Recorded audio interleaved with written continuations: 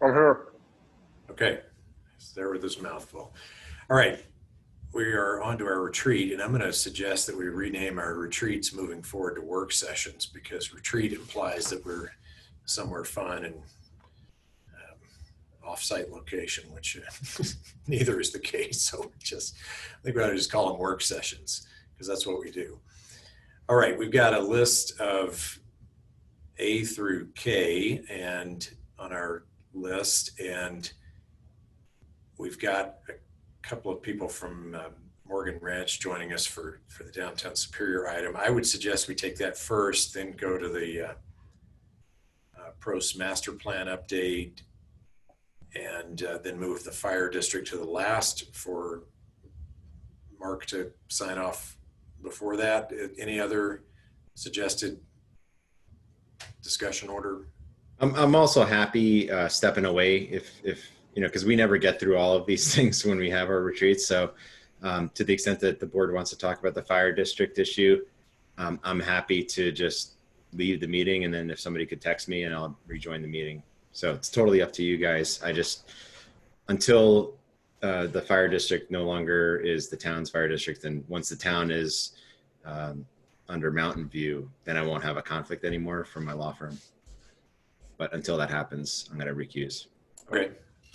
I don't know when we talk about it, but I think it needs to be addressed tonight because the fire district mergers are not on our own timeline. They are on their own timeline. And if we are going to try to put an agreement in place, we need to start moving and having that conversation. So just my 2 cents that no matter what we need to talk about it, I just don't care when we talk about it.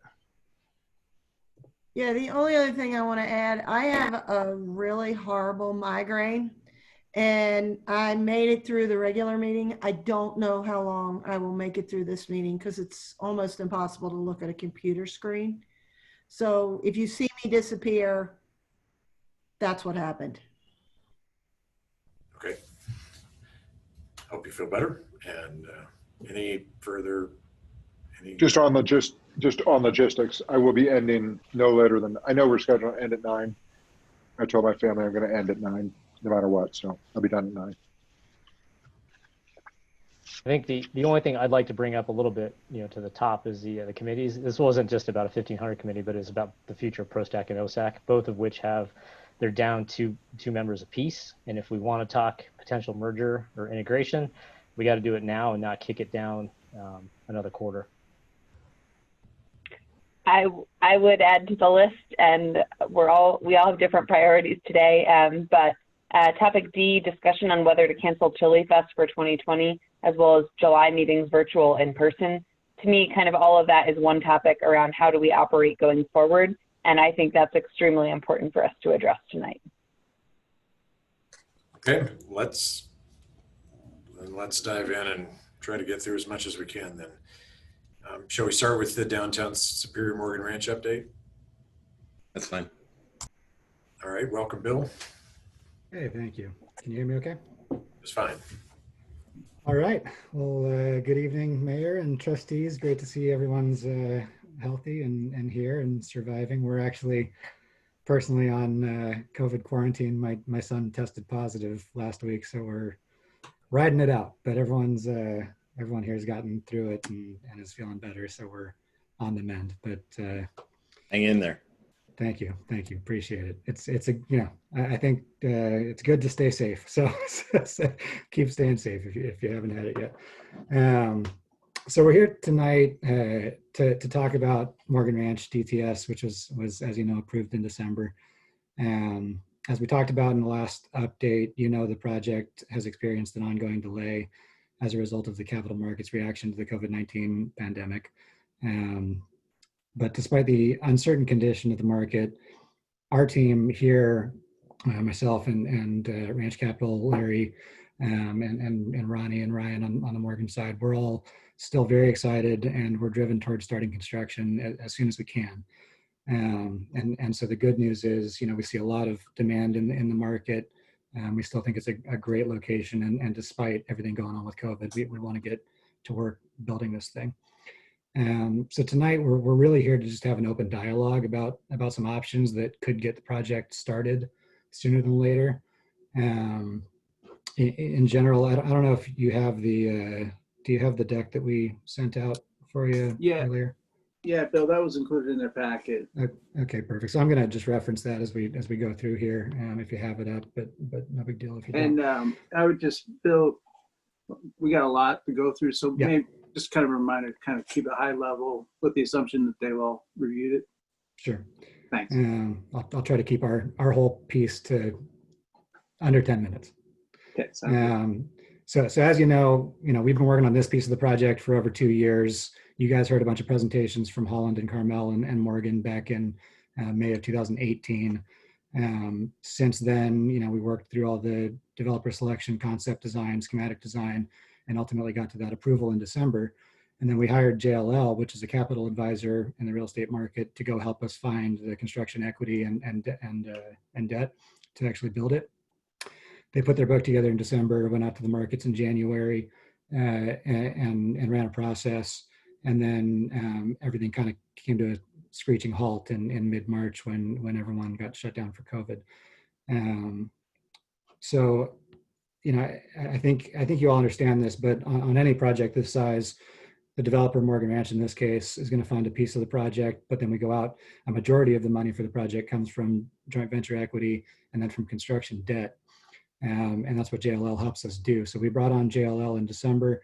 They're one of the biggest firms who do this in the world. They have $173 billion in transactions, or probably more than that now, with over 4,000 transactions in 2019. And I think Pat Berger should be on the line. He's the managing director at JLL. And I just wanted to have him give you a quick overview of their process and what they heard back from the market. And then we'll follow up with a couple of plans and then just question and answer from there. So Pat, you there? Yes, I am. Can everyone hear me? Yep. Okay, thank you so much, ladies and gentlemen. Good evening. As Bill mentioned, I'm with JLL. We're the largest, one of the largest global commercial real estate capital markets intermediaries. So in addition to other services we do debt and equity placement at the project level. So we close about 2 joint ventures a week, and we're pricing about 180 joint ventures at any one time. So we're really a proxy for the market. And as Bill alluded, with the size of the equity check on a project of this scope, it's about $40 million. That's typically provided by a third-party institutional investor who's either a pension fund, endowment, foreign capital, high net worth, or some sort of advisor. And so we went out to 126 different investors, and we garnered the project garnered a lot of attraction pre-COVID, just due to the location, favorable demographics, proximity to transit, employment, and the rent-buy dynamic. But the overall feedback from the investors, even pre-COVID, is that the overall commercial component proved to be a threshold issue, because the NOI was about the net operating income generated by the product once stabilized was close to 25% of the overall net operating income. And they didn't want, most of the investors that we spoke with didn't want to risk that. And that's too large of a commercial component. So the COVID lockdowns, as you alluded, put everything kind of on pause. As we're coming out of that, most investors are in a wait and see mode. But the asset classes which have garnered or continue to garner interest from intellectual or from institutional capital is multifamily industrial, and the most challenging, as you can imagine, are hospitality and retail. And so, in the current markets, in the current capital markets, what we know now, we just find that the amount of commercial on the project is going to be a threshold issue in our ability to attract institutional capital in order to capitalize it.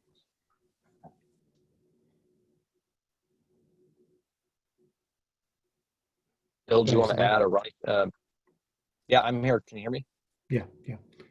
Were you done? I think I broke up for a second. Oh no, I was just done. It's. I was just going to say it's a threshold issue for us when we're kind of at a standstill. In the current market, I don't think we're going to be able to attract institutional capital to get an investor to invest in it. Yeah, and so I don't want anyone to take this the wrong way. We are honestly and truly trying our hardest to get this thing financed. We all believe in the vision that we've had for a long time with all of the walkable mixed use commercial along Main Street. And I'm still a big believer in that. I think it will perform. And I think those uses will come back in the next couple of years as we build out this project. No matter what happens here or with the zoning or any changes, we're first and foremost going to try to lease all of that ground floor space as commercial and bring these retail uses that we've been talking about. But first, we do need to get the project financed because there's zero chance of doing any commercial pre-leasing until we start construction. So with that, I think Ronnie Morgan's also on the phone. Ronnie's been our partner in this for 2 years. He's got generations long history in development of multifamily properties, and I wanted to give Ronnie the chance to speak to you too. And then after his 2 minutes, we can go ahead and pop into a little bit of question and answer, any ideas that you have. Ronnie, you there? Hey, Ronnie, you have to unmute if you're there.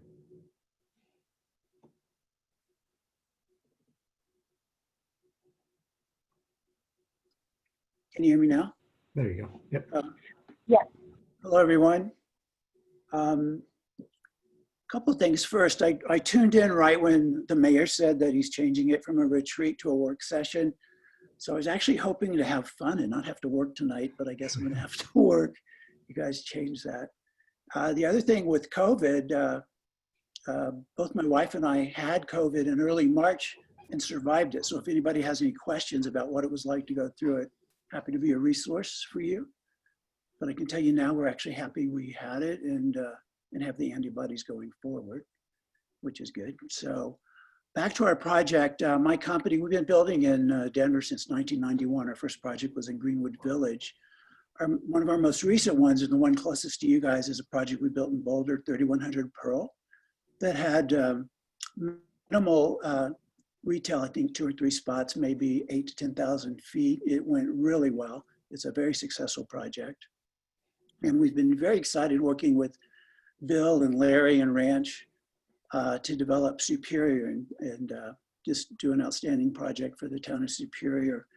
As both Bill and Pat have alluded to, we've kind of did not anticipate a black swan event, COVID. It's kind of thrown everybody for a loop. And of all the projects I've done across the country, which has been over 50, this is the first time that the capital markets have actually shut down on us.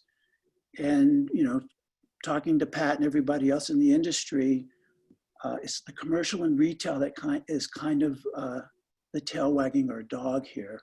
It's turned out to be a very out of favor product type, and there's not anyone that's interested in financing it right now, to our disappointment, because we think it adds so much to this project. So we're just want to have a discussion with you guys, get a sense of how we can maybe modify a bit, reduce the footprint, have an option to reduce the footprint, and see how you feel about that so that we do have some opportunity to get this project going. I know the architects are listening too. We're very close to being shovel ready, but of course we have to finance it before we move forward. So that's what we want to bring up tonight and discuss with you guys. And just in closing, there's 2 plans attached to that packet that I submitted. One shows the originally proposed FDP uses, and that's a plan that we submitted FDP to Planning Commission in our first Planning Commission hearing, because we anticipated this problem of having such a large part of our NOI come from commercial use, which the capital markets are uncertain of. And so we had proposed that flexibility of live work to kind of answer that question for our financing partners. We had a long discussion about this at the approval hearings. We probably talked about it for 2 or 3 hours in total when we were going through those approval hearings in November, December. So I understand that it's a big ask, but we're just looking for any solution or any way to move the project forward at this point.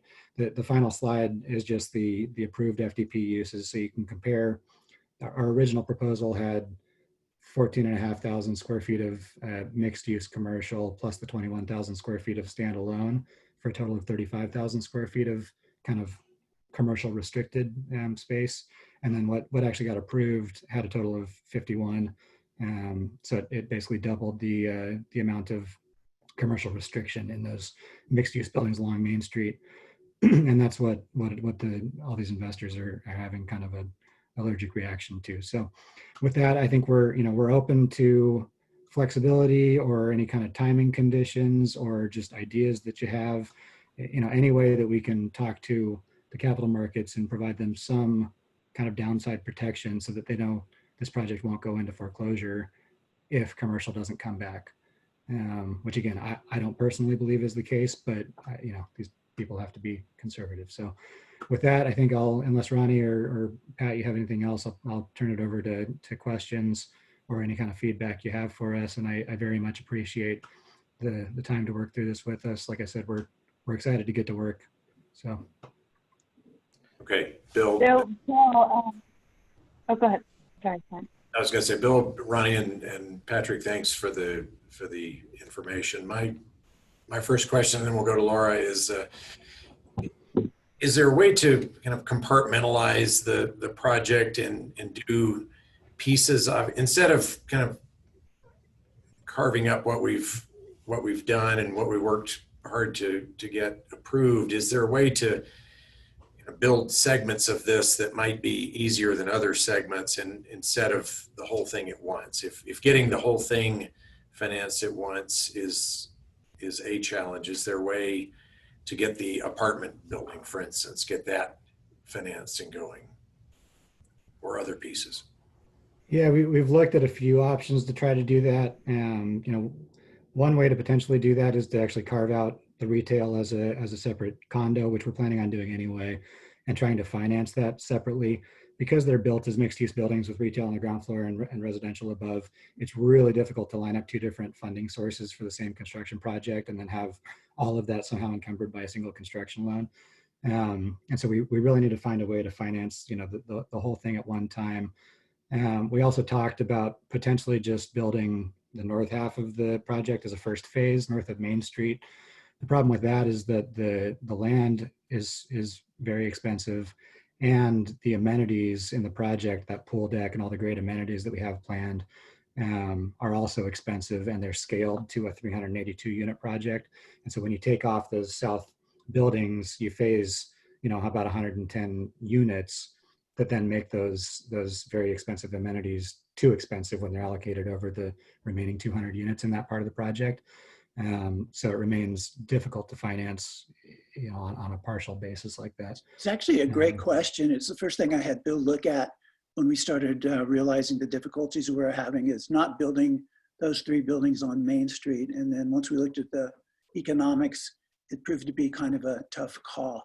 But it's a really good question.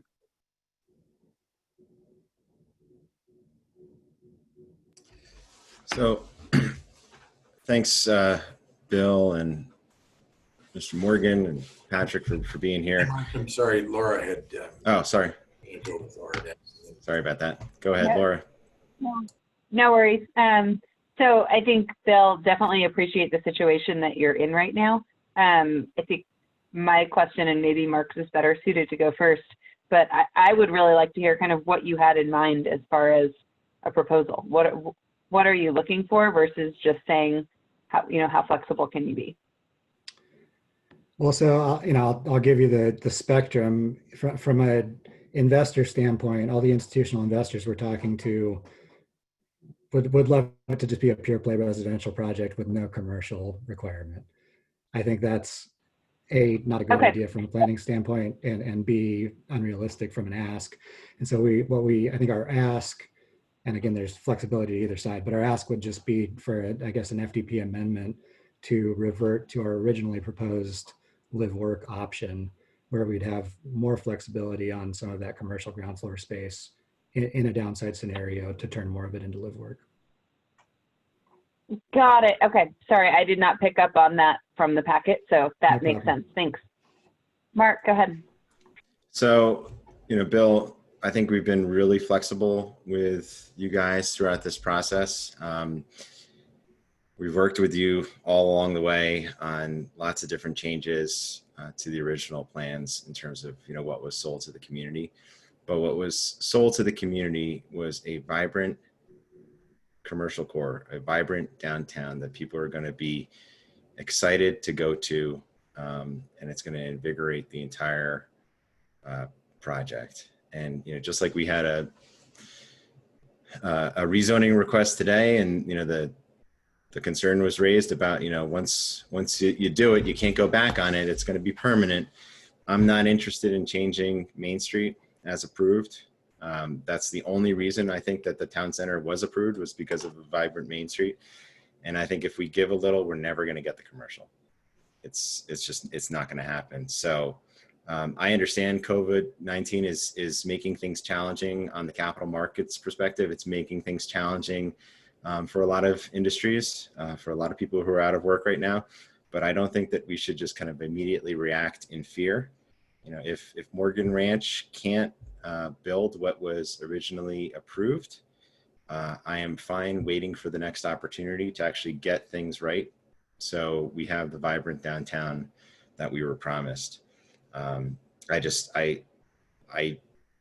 understand the concerns here, but this is not a residential project first. This is a vibrant commercial downtown, and that's what we need to deliver. So I very much appreciate those comments. And I agree with you, actually. It would be fantastic to have all that retail and all that activity downtown. I want to say, even with the request or suggestions that we're making, you would still have that. There'd be some great standalone retail around the plaza. There's still retail in the buildings for restaurants and maybe other uses. And also want to just make a point. It's not COVID that is COVID is the nail in the coffin for retail. But retail was difficult before COVID. Pat can probably back me up, but of the 100 and however many packages that we went out, less than a handful of investors came back asking more questions because they were all afraid of commercial. So it's always been an issue. It's even more. But we didn't say to the developer when you guys came to us, hey, we want commercial. What was sold to the town was a commercial development with a vibrant downtown. And we're working with you to make that happen. And every step along the way, we're giving a little, we're being asked to give more. And I just think that this is one of those, inflection points in this project where if we don't hold firm to what is approved, we're going to really regret what we end up getting. We're just going to have more residential. We're not going to have a vibrant, engaged commercial core. And, what we were sold back in 2013, 2014, will not be delivered. And that's unacceptable to me. I understand that it's challenging, but, we didn't make you propose this development to us. Yeah, Mark, I just want to jump in. This was your idea. I completely understand where you're coming from. And again, that ground floor space should be commercial. It's best suited to commercial from every standpoint, from a physical design standpoint, from a location standpoint. We're just trying to find a way to get the project financed so that we can get under construction. The worst case scenario, I think, for everyone would be for Morgan Ranch to not be able to get financing because of the commercial, and then the land to pass contract because we're coming up on our dates to be able to buy this. I would have to remarket it to a third-party developer who's likely to spend another couple of years on an FDP, we're kind of redesigning it and coming through this process again, who's likely to see the same issue with commercial in terms of financing. But I'm not trying to change your mind. I think I completely understand your position on it. And listen, I understand that sometimes financing dries up and developments go south and they go on hold, and I've litigated those as a lawyer. But I disagree with what the worst case scenario is. I think the worst case scenario is that we flexibly change from the approved plans and we allow the construction of something that is not consistent with what was sold to the community. That I think would actually be the worst case. If we just deliver a whole slew of homes and very little commercial, I think we'd be doing our community a huge disservice. Again, I respect what you're saying, but I think even worse than that would be if we build that commercial and it remains dark and vacant. And that's what we're afraid of, and that's what the investors are afraid of. If there was a thriving market for it, for sure, we'd want more of it. But I don't think there is. I mean, everything you read about retail today, 80% of the independent restaurants are going out of business. Small boutiques are going out of business. And unless you're a national chain that's got some wherewithal, retail is it's just a very weak environment now. I wish it wasn't. I wish we were more in control of our destiny than we are. We've done everything that we can, but essentially we're not in control of our destiny now. And we're here just to have this discussion, that for you guys to hope, for us to hope that you understand that where the market is and where it probably will be. And again, we don't want to build space, even if we got it financed, that remains dark. I think that would be the worst of all things. And what we're asking for is the option. Give us the option to, let's try to make it commercial. If the market's truly dead, let us convert it to live work. Or, I mean, just throw out a wild card. I heard part of the earlier discussion. Maybe we should just put affordable units on that first floor. Maybe that's something that would. Hey, Ronnie, so thank you for coming. You came and recognized this is not a fun retreat. This is a work session. Yeah. You're here bringing forward this idea, and you're here for feedback. I'm going to ask that I know you're all very successful, and when you're giving feedback to your colleagues, to people that work for you, the response when people say, yeah, but it's very frustrating. You've asked for feedback. One trustee has already provided feedback. And what I'm hearing is, yeah, but there's, Bill mentioned bankruptcy, which is tremendously frustrating. That it's going to be dormant. There's other worst case scenarios. You're asking for feedback and ideas. Mark provided the feedback. I'm going to provide identical feedback that Mark gave. We've made tremendous concessions from the community, from what was originally promised. And no, at this point, because financing over the last few months has dried up, and you started telling us that there was interest before COVID and then COVID, but then there was a pivot saying, well, there was only a few callbacks even before COVID. Go back, and Bill, I take exception to the comment, what you said, what was originally proposed, and what you're asking to do back is go back to what was originally discussed with the Planning Commission. Let's roll this back to what was originally discussed in 2013 and 2014. And we are significantly scaled back from what was discussed in 2013 and 2014. And what we heard was, we want to do commercial first, but we heard, nope, we need to focus on residential. We got to get people in the community. People in the community will then support the commercial. And the board said, okay. And then there was no commercial. And then we said, but wait a minute, what commercial wants to see is signs. So we want to focus around signs. We have multiple conversations around signs. We need to approve development applications around signage. And that's the focus, and that's what we do. But no, that didn't work either. Here's the significant scaled back project that you had, which was, all this mixed use property, which I'm not a huge fan of, but supported the mixed use property. Even though this is the intent of the mixed use was to bring it out to the finance community so that they would embrace the financing, but those first floor, but it was unlikely to be mixed use. It was going to be commercial anyway. And now we're hearing, but wait, no. At some point, and I've used this analogy with you before, Charlie Brown has to stop believing Lucy and stop kicking the ball and falling on his ass. So you're here for feedback. I'm going to give you that feedback. No, absolutely not. No flexibility from what was approved previously. Understood. So I don't disagree with anything that Kevin and Mark have said, but I'll say it in a different way. We have sold, just as you have sold to us, a commercial downtown.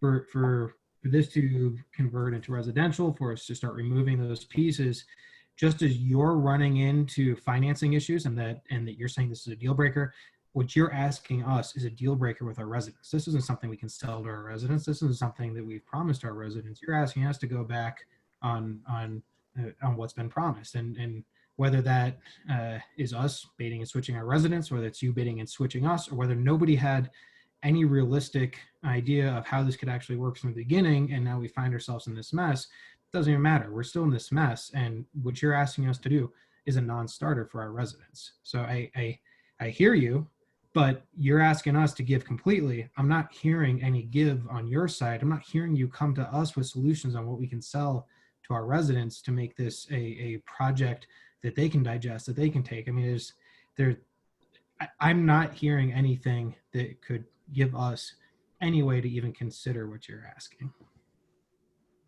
We had no idea that we'd get such negative feedback from the financial community. Again, pre-COVID, we got very little response to the project because of the extent of the commercial space. I mean, I love the way it's designed now. I'm just telling you, it's something that's not in our control of we can't control our own destiny now. So we're trying to figure this out. Oh. And again, we're just having a discussion. What alternatives we could have, what Bill's referencing is, I think we had a plan where there was a few more live work spots taking the place of commercial in case we couldn't lease the commercial. That's what we're asking for.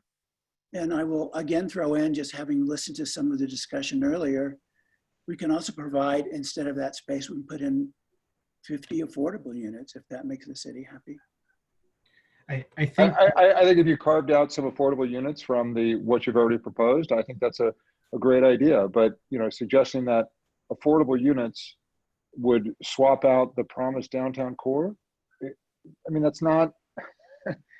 No, absolutely not. I mean, that's an unfair request of us. Yes, we want to see affordable units. At no point for your proposed residential have you ever proposed any affordable units. Your partners have ever proposed any. I know you have not proposed any residential. Your partner and their actual sub-developers have not proposed any affordable units. And so to suggest that we're going to, suddenly replace commercial, which we've already significantly downside the commercial with affordable, is, you're latching on to something that we had in a previous discussion, which, while I appreciate, I have no interest in replacing what was promised from a downtown commercial to affordable. I do think there are spots for affordable, and I think your current apartments, I think you should go back and review some of those current apartments and set aside affordable, but that's not, to me, that's not horse trading for the commercial. I have to agree with Kevin on that, with a slightly different take. I mean, looking at the plans, essentially you're cutting the mixed use commercial in half from 30,000 feet down to 14,500. So that's a huge downsize. And then you're taking the live work units from 21 up to 34. So you're increasing that by 50% instead. I mean, I don't see how affordable housing would work as live work, for example. So I assume that affordable housing would be on top of essentially the live work, not physically on top of, meaning on top of in addition to. I guess, and this is kind of where I went back to my initial ask from Bill. I mean, I know that you would love to make it all residential, and that's a non-starter. I think this plan, even that you proposed to us, to me, it's a non-starter. It's just, we're cutting that mixed use commercial in half. I mean, that's really huge. I definitely appreciate the challenges that you're having getting financing, but there's got to be something that's closer to a middle ground, as far as for us to consider. And I can't speak for other board members. Maybe, I know we've made a lot of concessions already, so some board members may feel there's no more to be made. I'd be open to a couple, but not at this scale. But we are open to suggestions if you have any ideas. Try harder. Yeah, I mean, Ronnie, my problem is I don't know what's going to make this more attractive to investors. I think the plan we already have, it already is significant concessions with the live work. We went back and forth on that so much. If you were able to come back and say, we have someone, and gosh, if we could get 3 more live work units, we'd have a deal. I think then I'd be closer to saying sure. But when it's, we've got to essentially go 1.5x on the live work and cut the mixed use in half, like that's too much. So Ronnie and Bill, I appreciate you guys coming out here, and I'm not going to say anything that you haven't already heard, but there's a narrative in town that you guys are only here to build the homes, got a massive TIF to do so, and then you're going to bail. And everything we've seen so far supports that narrative through and through. Unless there's, some economy, we gave you a massive TIF to do a lot of the infrastructure that none of the other home builders get. And, we have yet to see anything materialize with a true commercial core. So to come in here and walk back what the initial commitment was that predicated the TIF is just, it boggles the mind. So Well, that's not what we don't want to do that. I get that.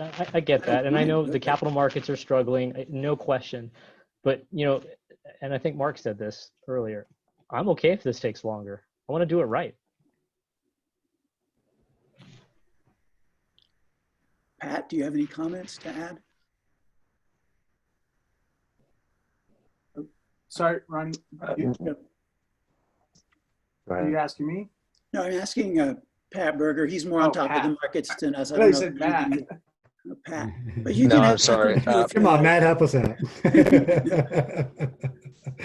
No, this is, again, I've only worked on it from the perspective of representing the feasibility of the development of the project from an institutional investor standpoint and being able to garner institutional effort. And so to Ronnie's point, in the current environment, I don't see it. That's not saying it can't ever get done, but I think in the current environment, it's just not feasible. If Donald Trump could bankrupt 2 casinos and still get financing from Deutsche Bank, you guys can find some financing somewhere that's secured by Boulder County real estate. So I understand that it's difficult, but it's not impossible. So make it happen. Wish it was that easy. Yeah, I think it's great. So Matt, I think we have a lot of things to discuss on the agenda. I think there's, the request was to get some feedback.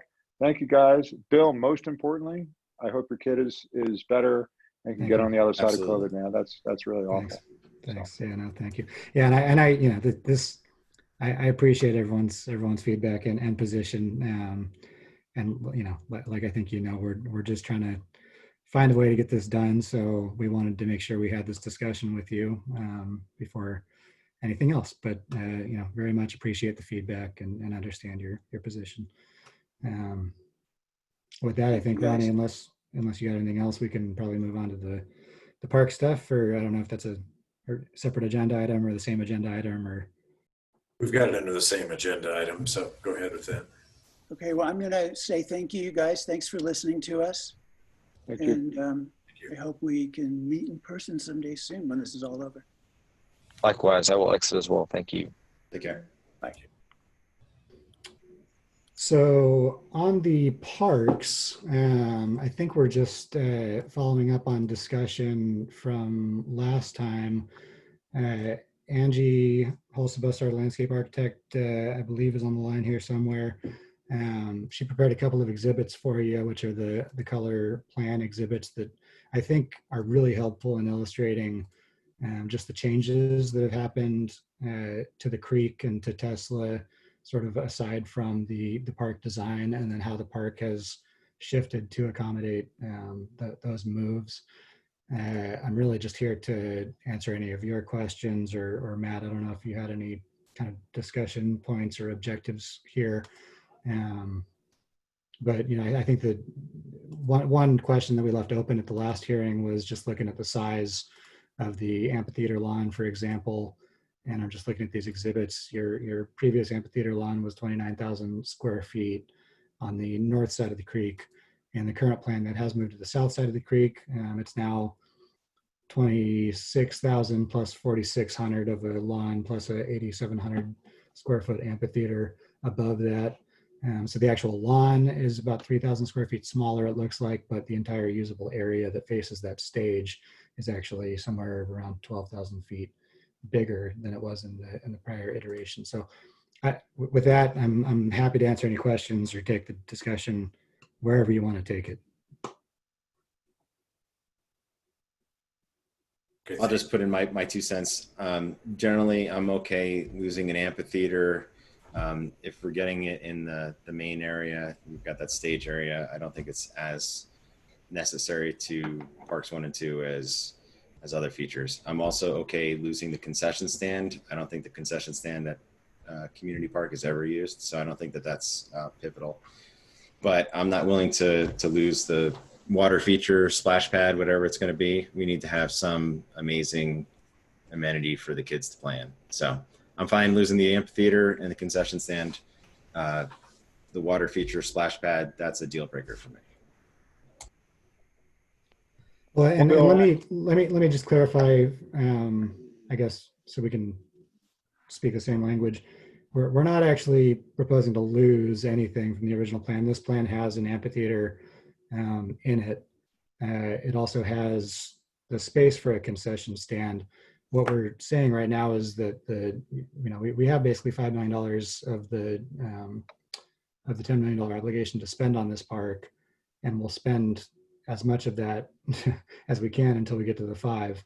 That 5 probably doesn't include the concession stand or the fountain. I think it does include the amphitheater, which is a less expensive concrete pad.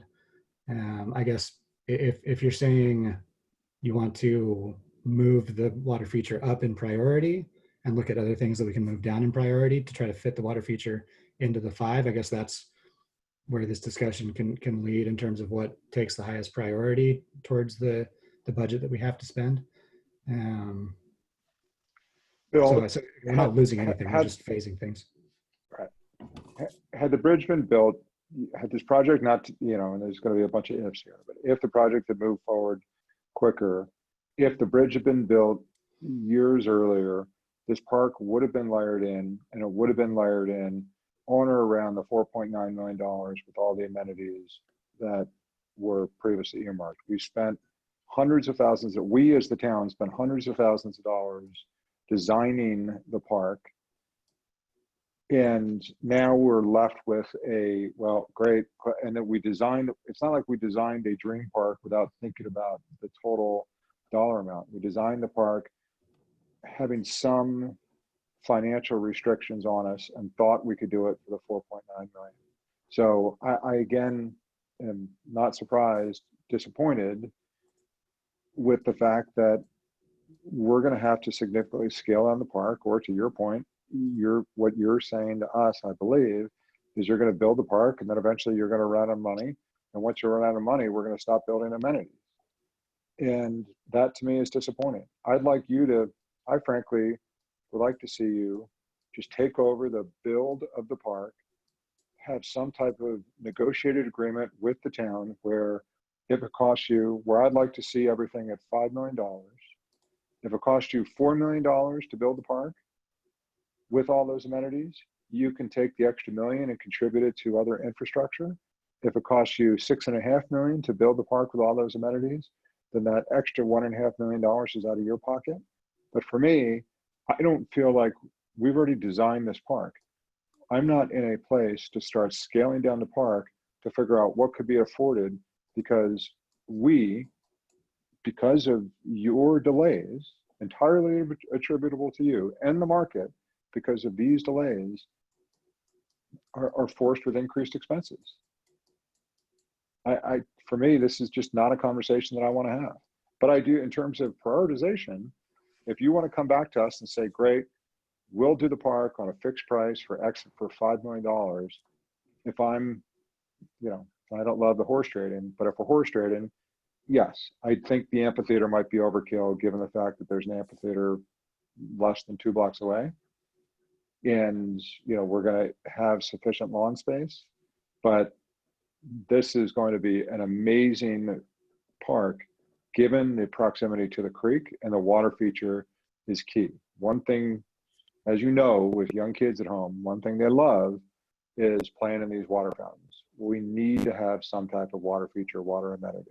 It's the highlight of the park.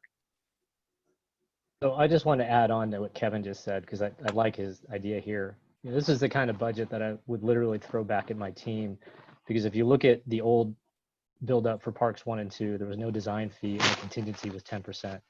Now we have 8% for design fees, so $500,000 there, and the contingency is doubled, so you get another 1.3 million there. And on the other, sort of rolled up budget of the 4 line items, there's another 3% for contingency. So we've literally got contingency dollars on top of contingency dollars, to where I just stopped looking at it, because no one knows at that point what you're actually talking about anymore. So what is a number? I don't Well, and even the know. truth is, no one's going to know until we get a GMP bid for it, and which is, what we're working on right now. We're working on finishing construction documents that include all of these things, including the fountain and the concession stand and everything as ad alternates. And what we're going to do is go out for a public bid, have all the general contractors in the area give us their best number. Whoever has the lowest number that's qualified will be selected, and we'll add as many of those ad alternates as we can within the budget. And that's just the reality of how it works and where we are. And at some point we can, pick and choose which of those ad alternates that fit are, come first. We can kind of prioritize the ad alternates. And so Jim Brostovich and Angie are working on that set. I think it's going to be really important how we draw that and how we define those ad alternates so that we can get clear pricing and a GMP from a contractor on those. But to your point, these are all estimates. I mean, the estimate, this is a matrix estimate that provided, that was the 7.6. I guess that's the only one we're looking at here, but it's the park as designed. And we just got a new number from landscapers. What was that, 2 weeks ago, Jim? Which I think was right where we wanted to be at 5, but it didn't include some of these items like the concession stand, and I think the fountain was excluded from that. Actually, Jim, do you know, was the fountain was excluded from that $5 million budget, right? Are you on, Jim Brostovich? Yeah, I'm on. Yes, the fountain was excluded from that budget. And Matrix had a $350,000 hard cost, I think, line item for the fountain, which is a total, plug. We'd have to do some work to understand if that's a real number or not. Can we make sure we're talking apples to apples here? When you say fountain versus a term Trustee or Mayor Pro Tem Lazis used earlier, splash pad, are we saying the same thing? Or are you guys talking about literally a fountain that has a ring around it with just water in it that we're not interacting with?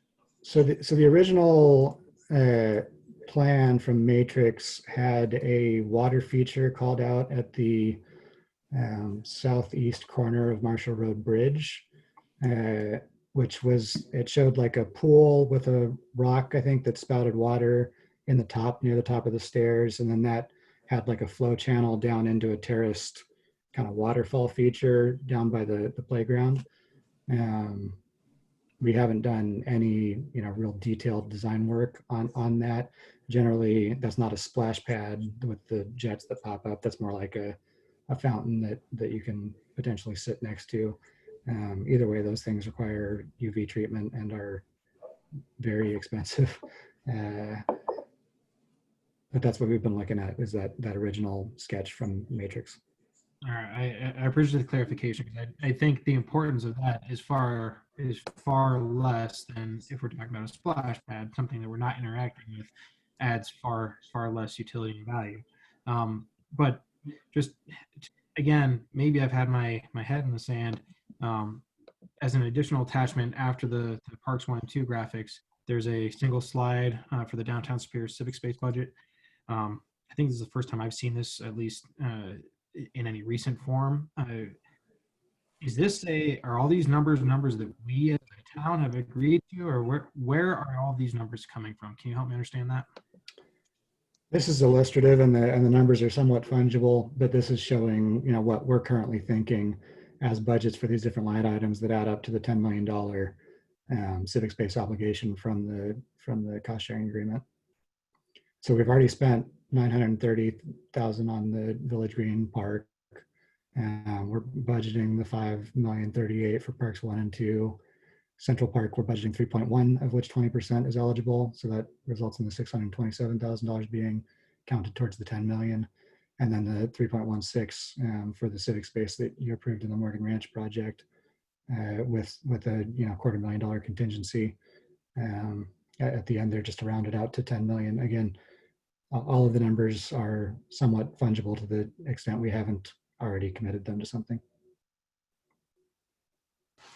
So I appreciate, Ken, that you're asking that question, because when we approved Parks 1 and 2 originally, one of the main selling points of that FDP was the idea that there was going to be an interactive, place for kids to play, as you're approaching the creek, with stuff that they can climb on and, a water feature that they can play on. So I don't know what it is, but all I know is that every single park that I go to, you go to Louisville, you go to Boulder, you go down to Westminster, when they have a splash pad for kids to play in, they are always just packed with kids having a blast. So some sort of interactive water feature, I think I don't know what it is necessarily, but is a must. And it doesn't necessarily need to be at whatever is budgeted right now. I recognize that these things cost a lot, but I'm flexible on what this thing looks like, provided that it's going to be really fun for the kids to play in. And so going back to the conversation we we're having earlier about funding for downtown Superior, where we have a area that has both a amphitheater and a splash pad already approved, but now there's evidently no path forward to construct any of these things. That also happens to be where we are including the $3.1 million that's set aside for the civic space. What happens to that money if you guys can't figure out how to get the financing and start building what's already been approved? Well, I think hopefully we will find the financing. It'll be a very bad day if we don't, at least eventually. I suppose, if that becomes clear that that's not going to happen, then that money would just go back to you, the town, to use for whatever you want, I think, in the project in terms of additional amenities, or it could go into the park or into all of the parks. It would be somewhat at your discretion if that Morgan Ranch project, as approved, doesn't happen.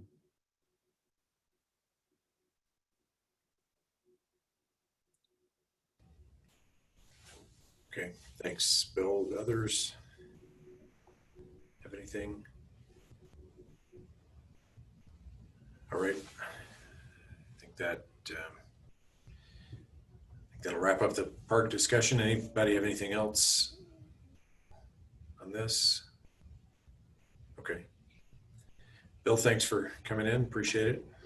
Thank you. You guys have a good night. Thank you. Take care, Bill. Thanks.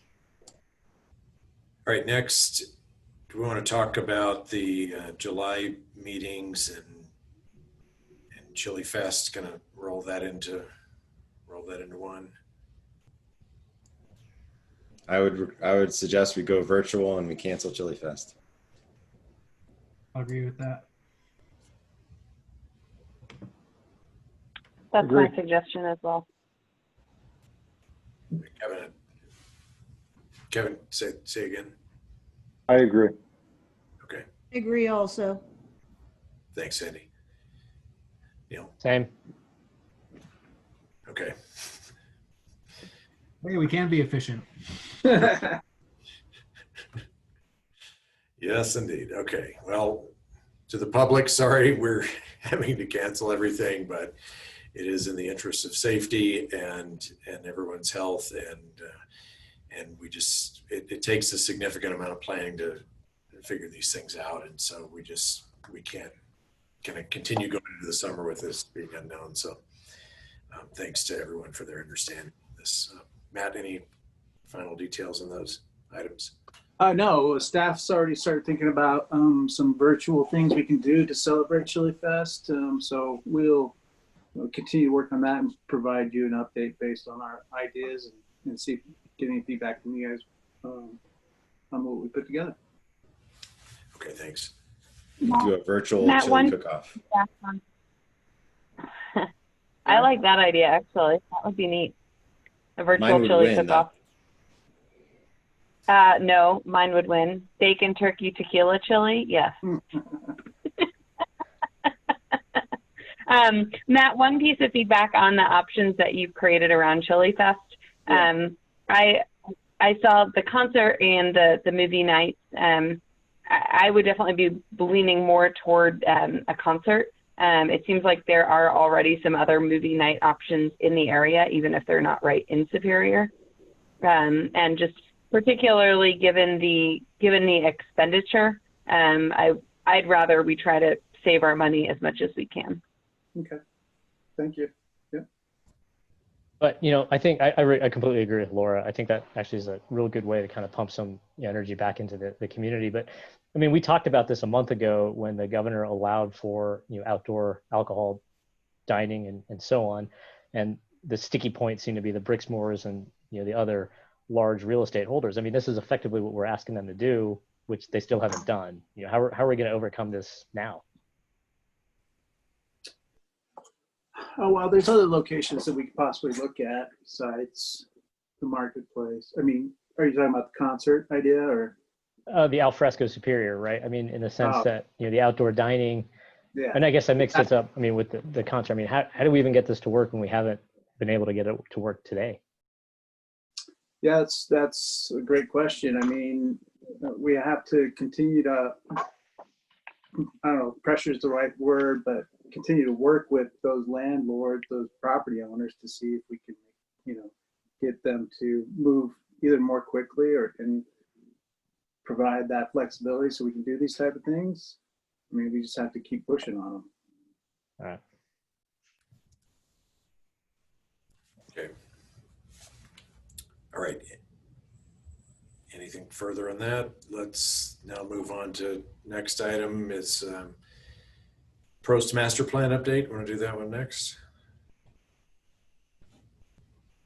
Yes. Okay, good.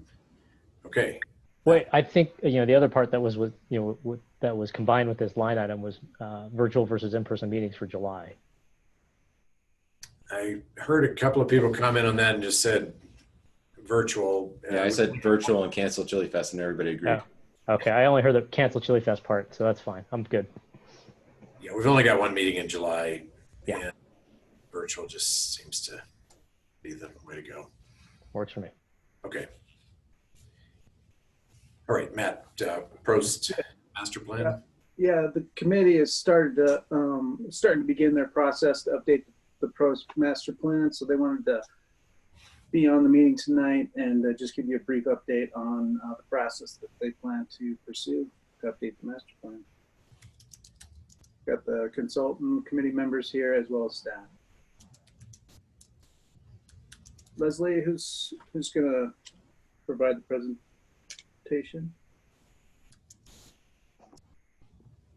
Mike Svelts is here with Pros Consulting to give a brief update on where we are with the master plan update process and the process that they're going through to do that. So I'll turn it over to Mike. Good evening, Mayor, Council. Appreciate the opportunity to just kind of give you a very quick overview. My name is Mike Svetz. I'm a principal with Pros Consulting, but I'm also a recovering Parks and Recreation Director. So, so kind of a long story short, this is just, we're kind of just getting started. This is, I think, the 5th or 6th overview I've provided, whether it be to staff and a number of advisory committees. So I to kind of give you an opportunity to follow along.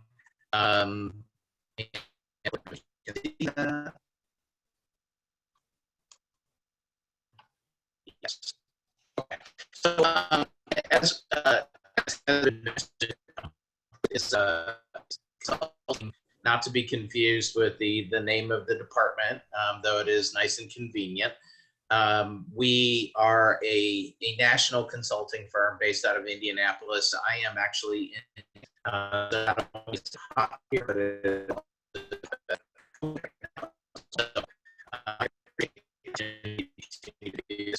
but the firm that focuses just on parks and recreation. 98% of our work over the last 25 years has really been with local government, and we have done a number of projects in Colorado from working on Fort Collins master plan and recently completed Durango's. We're also teamed up with Logan Simpson out of Fort Collins.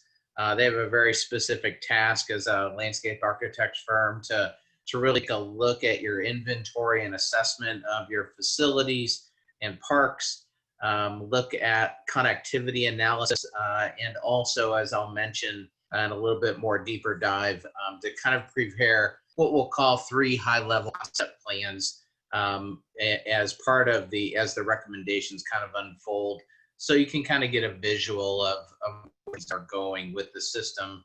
I think it's important to recognize this last plan was done in 2005. And so though we are calling it an update, when a plan has been done 15 years ago, especially we certainly it and what was accomplished. Hey, Mike. Yes. Mike, we're getting a lot of feedback on your mic, but more importantly, I think 4 of us from the board at least have been through your presentation already. Okay. I don't know if you can sort of jump to the meat of what you need from the board, and and then I think the rest of us can catch up. But no problem. I mean, I think if that's okay with everybody, I have no problem. I apologize for the mic issues, but let me just jump to the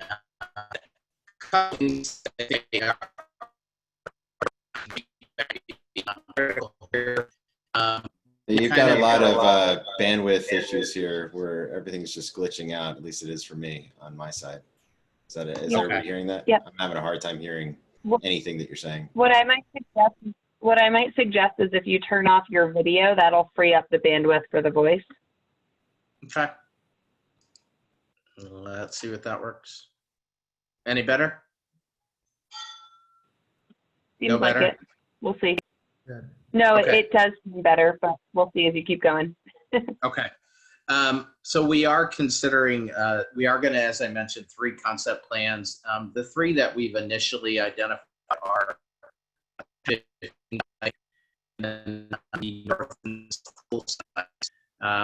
think this is kind of an initial look. We certainly haven't done a lot of data collection at this point, but we recognize that the Town 15 site is currently undeveloped property that you own. And it's also been brought up in previous conversations with the ProStack committee as a possible site for indoor facility or highest unmet need community amenities. The pool sites are more or less about 20 plus years old, very obsolete design. Heard you discuss a lot about the needs for basically kids getting wet, and be able to cool off during the summer, but they also have very limited capacity and have unmet needs. I think from a perspective of your feedback, do these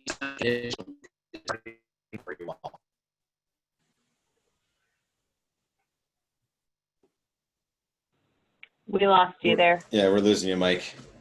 I apologize. Maybe we should just move on to a different topic or just have discussion here, because Mike, I just don't think that your internet connection is going to work for this meeting right now. Okay.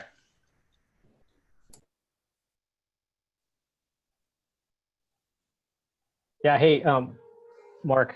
One of the things I want to add to this conversation, Leslie and Matt, you guys can jump in here. I mean, one of the biggest issues with the slide that's up right now is, if you think about the engagement that we got for 1500 Colton and the in-person sessions, I don't know how we do this, in COVID times and get real representation from town. We can do all the online surveys we want, but what I found in the 1500 Colton discussions is that the in-person conversations were more impactful. And part of me wonders if we should just put the master plan update on a slow hold and re-engage, or do a lot of the legwork through the rest of the year and really do the engagement sessions sometime next year. Well, I agree. And I think part of this discussion really we should have is, I think you suggested it earlier, Neil, but just ProStack and OSAC and whether they should be merged, and whether if we're going to have that discussion, then whether OSAC should be a part of this process from the get-go before this gets out ahead of them. I mean, that's kind of where my head is right now. If we've got significant vacancies in both of those committees, it seems like an opportune time, considering that OSAC now, is $12.5 million in the hole until we get contributions from Jeffco and Broomfield. but it just seems like a there may be comment. less need for that. OSAC is engaged. OSAC actually got the presentation on the PROS master plan process before PROSTAC does. So this is, it does lend into this merger discussion because we're paying consultants to present things 2 and 3 times. So, but OSAC is involved. So I wanted to make the point that they are involved and they have received this exact same presentation. Okay, thank you for that, Sandy.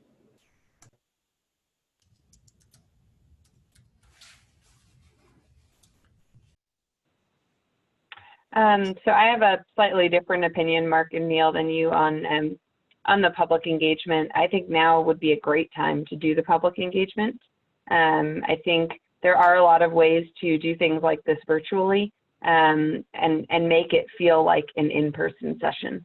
I mean, Mike, I'm sure that you guys have done this before as well, but I know at my company, I'm doing a lot of visioning sessions with clients where we're able to do 2 and 3 day visioning sessions.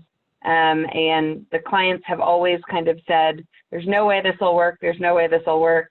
And then we end up getting great results with kind of the way we're structuring it. You're right. You can't do it as a pure meeting. Like it would not be like the Zoom that we're doing, but I think there are a lot of creative ways to engage people. And I think to me, the key would be making sure that we are really publicizing this very well to the community ahead of time. But I think it would be a great time to engage people. I see we're getting higher public engagement in these meetings that we're having. I think people do have, I mean, it's some and some, you're busier and you have more free time. It's a little bit of both. But I think it's now at least a time when people are more glued to their screens. So they're paying more attention to what's going on. And I think it'd be a great time to engage the community, particularly since everyone is really eager for some of that Parks and Rec programming and amenities and all of that. I don't know if you can hear me or not. No? Yes? Yes. Yes. Yes, So- we can. So we actually have done quite a few virtual town hall meetings and have had the opportunity to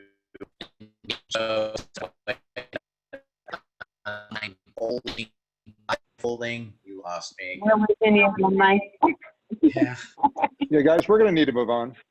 Okay. Sorry to be rude, Mike. I mean, I just think that, I mean, I think we have to give direction to staff. I mean, we very much like to engage in the conversation, but we're getting every third word is, given what we have on our agenda, is just not working for me personally. I agree. Okay. All right, Matt or Leslie, you want to finish anything out with that, or do we just move on from that agenda item? No, I think we just move on to the next item. Okay. Do we want to Just before we close it, Matt, let's just, maybe you could just ask that each board member, if they have a particular conviction on this topic, that they reach out to you separately, and then we can communicate with Mike. Yep. So. I agree. Works. Okay. Do we want to go now to the discussion, the committee discussion, discussion adding committees, combining committees? I think we should merge OSAC and PROSTAC. So, and I agree with that. I mean, just some background in case everyone doesn't know. I mean, there's 2 open slots on PROSTAC, 2 open slots on OSAC. PROSTAC, of the 7, 3 have been added in the next year. The outgoing PROSTAC chair, Corey, last week really made a strong pitch for combining them. What I've seen in the last 18 months is, at least on the PROSTAC side, we spend a lot of time trying to align with OSAC, whether it's trails rankings or, coordinating with Boulder County Open Space. And if we, sort of create, a combined committee, I think we reduce a lot of that overlap. But what I don't want to do, and I think one of the concerns we should all have, is eliminating, opportunities for people to be engaged. So in my sort of half attempt to get this onto the consent agenda, I kind of dreamed up a committee, 1500 Colton committee, and it was just, it was my typical issue with this, is I dream something up and then it doesn't make any sense to anyone else. The thought was, a recreation committee to oversee some of the recreation activities, whether it's 1500 Colton, the skate park, the pool, something. So you have a legacy group, parks, open space, trails, and then you have a recreation advisory committee. And effectively, through the combined committee, people who want to go here can go here, and people that want to go there can go there. Because my personal bias is that, I really want staff to get, a bead from the community on 1500 Colton. The programming, the amenities, the things that we can do, and it's kind of multi-generational, right? You've got a teen space, so you get opportunity for kids to get involved with the recreation advisory committee. You've got potential senior space for seniors to get engaged. I know CAPS is looking at some of this potential engagement on 1500 Colton, but I'd really like it to be a more structured committee that has publicly noticed meetings. It's televised. It's meeting at town hall. The minutes are published, and that way staff doesn't have to come back to the board to talk about programming at 1500. There's a committee to help do that. And the model here, as you look at Louisville or you look at Lafayette, there's an advisory committee for the recreation center in Louisville. There's an advisory committee for the library. There's an advisory committee for outdoor recreation. Louisville has a problem with too many committees, and what I'm trying to do here is preserve opportunities for people to get engaged as this community starts to evolve with the type of parks and amenities we have over time. So that was my thinking here, because I think ProStack and OSAC can function better merged together. But how do we preserve and or create new opportunities for people to continue to be engaged in town? I appreciate you bringing the thought up, and you used the word engage 3 or 4 or 5 times. I actually think we should have. I think we should blow up all the committees, not blow them up, but I think we should look at all the committees and figure out. I agree. I have talked about Clinton will laugh. I don't have a strong opinion about ProStack and OSAC joining. I think that it's probably time. What I do have a strong opinion about is just talking about it with such frequency that we can't talk about other things. But directionally, I'm of course okay with them joining, and this feels like the right time. This also might feel like the right time to look at our other committees. I'm personally not sure that why I would be supportive of a 1500 Colton committee, but I would be supportive of a committee that helped us better engage the community, that all surveys or every time we went out to the community, they were advising us as a board for the best practice there. And I agree with you that, we are entering this critical time of how 1500 Colton will be programmed, and making sure that we are meeting the needs of the community will be appropriate. But I personally, I'm not too keen on the 1500 Colton committee idea, but I am keen on a committee to engage the community. And of course, 1500 Colton would be a topic. CAPS, I think, will certainly, I personally asked CAPS in the CAPS meeting the other day, I think they should have a voice around the art, but it's not just the art associated with 1500 Colton. It's the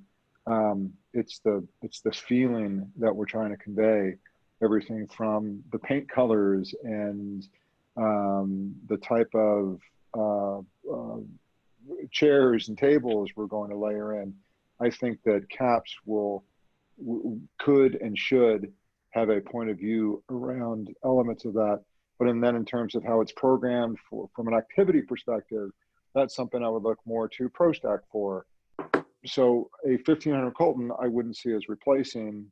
I could see a engagement committee that would help us and potentially help those committees as they went to outreach, an outreach. So anyway, so great, talking too much. ProStack, OSAC merging, sure, if that's what the communities want to do. If we're going to look at adding a new 1500 Colton committee, I think we should just step back and try to figure out what we're trying to do, which isn't just 1500 Colton, but I think all of us would directionally agree. We're trying to better engage with the community and having a small subset of members from that community that could advise us as receivers of the message instead of just givers of the message might be well received. Yeah, we had a resident. Go ahead, Sandy. Go ahead, Laura. We had a resident propose several months ago the creation of a technology and communications committee. This is something that other municipalities have, and I think we would be really well served to have as well. Kevin, I think to your point, they could do things like oversee the surveys, make sure that we're pushing them out in the best manner, help drive awareness, and of course, better understand, which I think is especially important in these times, how can we leverage technology to reach residents and be more effective? And as far as PROSTAC and OSAC, I would like to see those combined as well.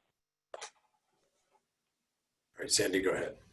Yeah, I said it earlier. I just think there's an efficiency to merging the two committees at this point. I mean, where everything that's being presented to OSAC is being presented to PROSTAC, and they have to get together, they have to merge their lists for things. And I just think there's an efficiency. I think there's a strong working relationship between those two groups like there's never been before. And I really give a lot of credit to the chairs of those committees for really building the relationship between the two.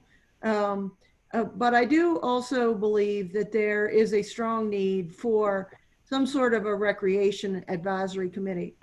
Both OSAC and PROSTAC have very much focused on facilities, on trails, on parks, on skate parks, on pickleball courts.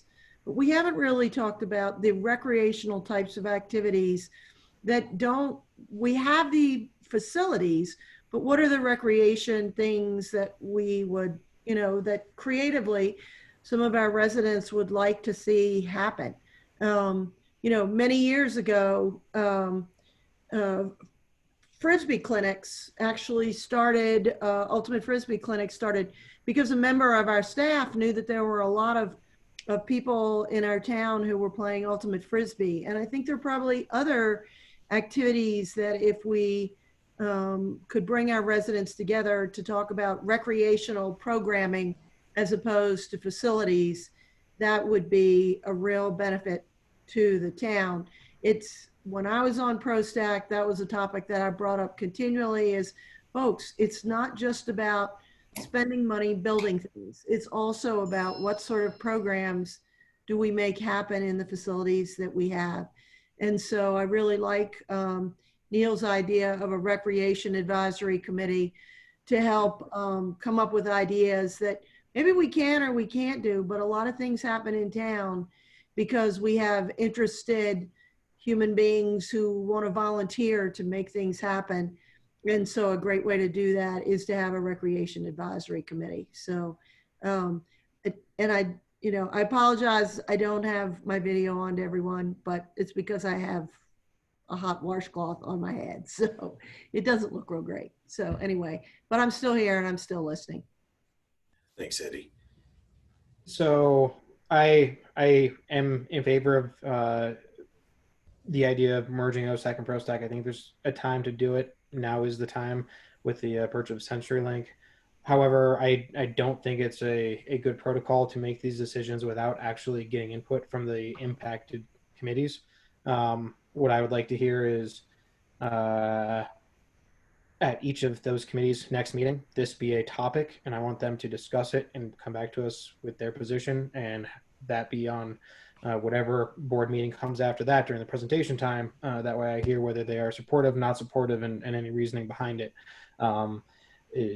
You can't act tonight anyway, so they have the opportunity to weigh in. But that's fine. I just wanted, I'm not just they have the opportunity, this is a task I'm asking for. I want this input and this information.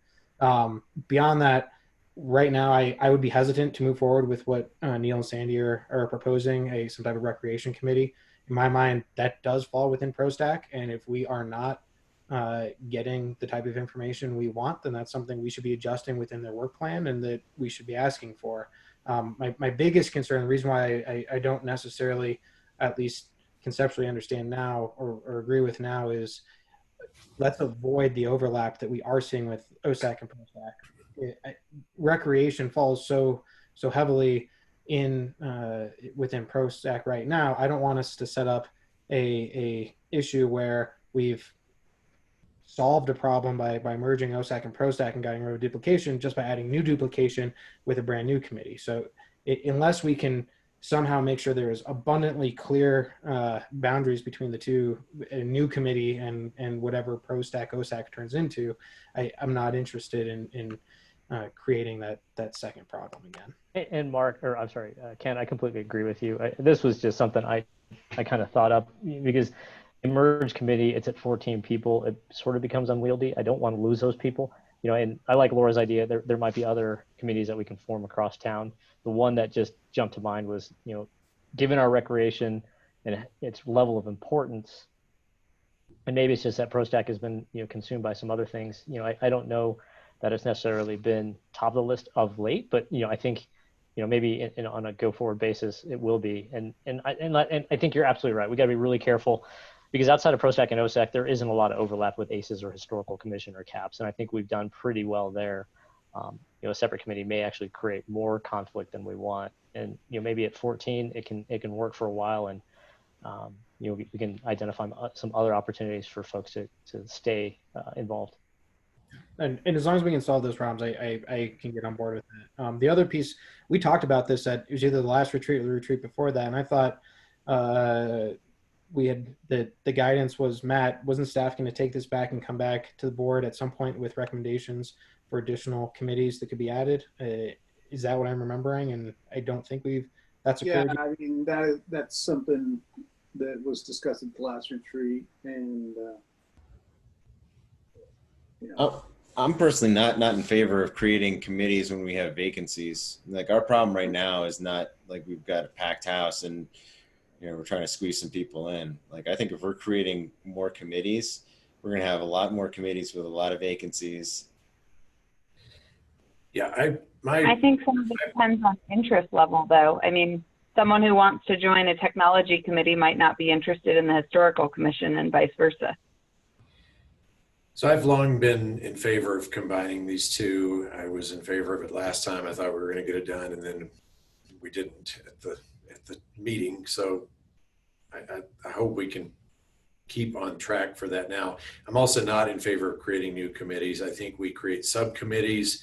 We find a way to work with our existing committee structure. I think we can create subcommittees, and but I'd rather see a newly formed committee out of ProStack and OSAC, maybe not merge one into the other, so that, you know, people feel like they're on a new committee, and then subcommittees. I think this technology and communication could even be a part of that as a subcommittee.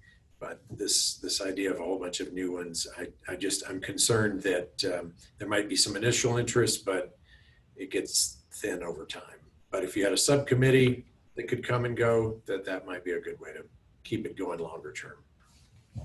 What might a technology and communications committee fall as a subcommittee under? Because I think part of why I'd like to see that created is I don't think that those responsibilities are really falling under any of our committees right now. Obviously, the Historical Commission. I don't know the answer to that, but I think we could fit it in there somewhere. Can I just? I just think we definitely have a gap area right now, and while I agree we don't want to have a lot of vacancies, I think the people who might be interested in some of these are not necessarily, you know, it doesn't fall under any of the existing responsibilities, so I see why they're not applying.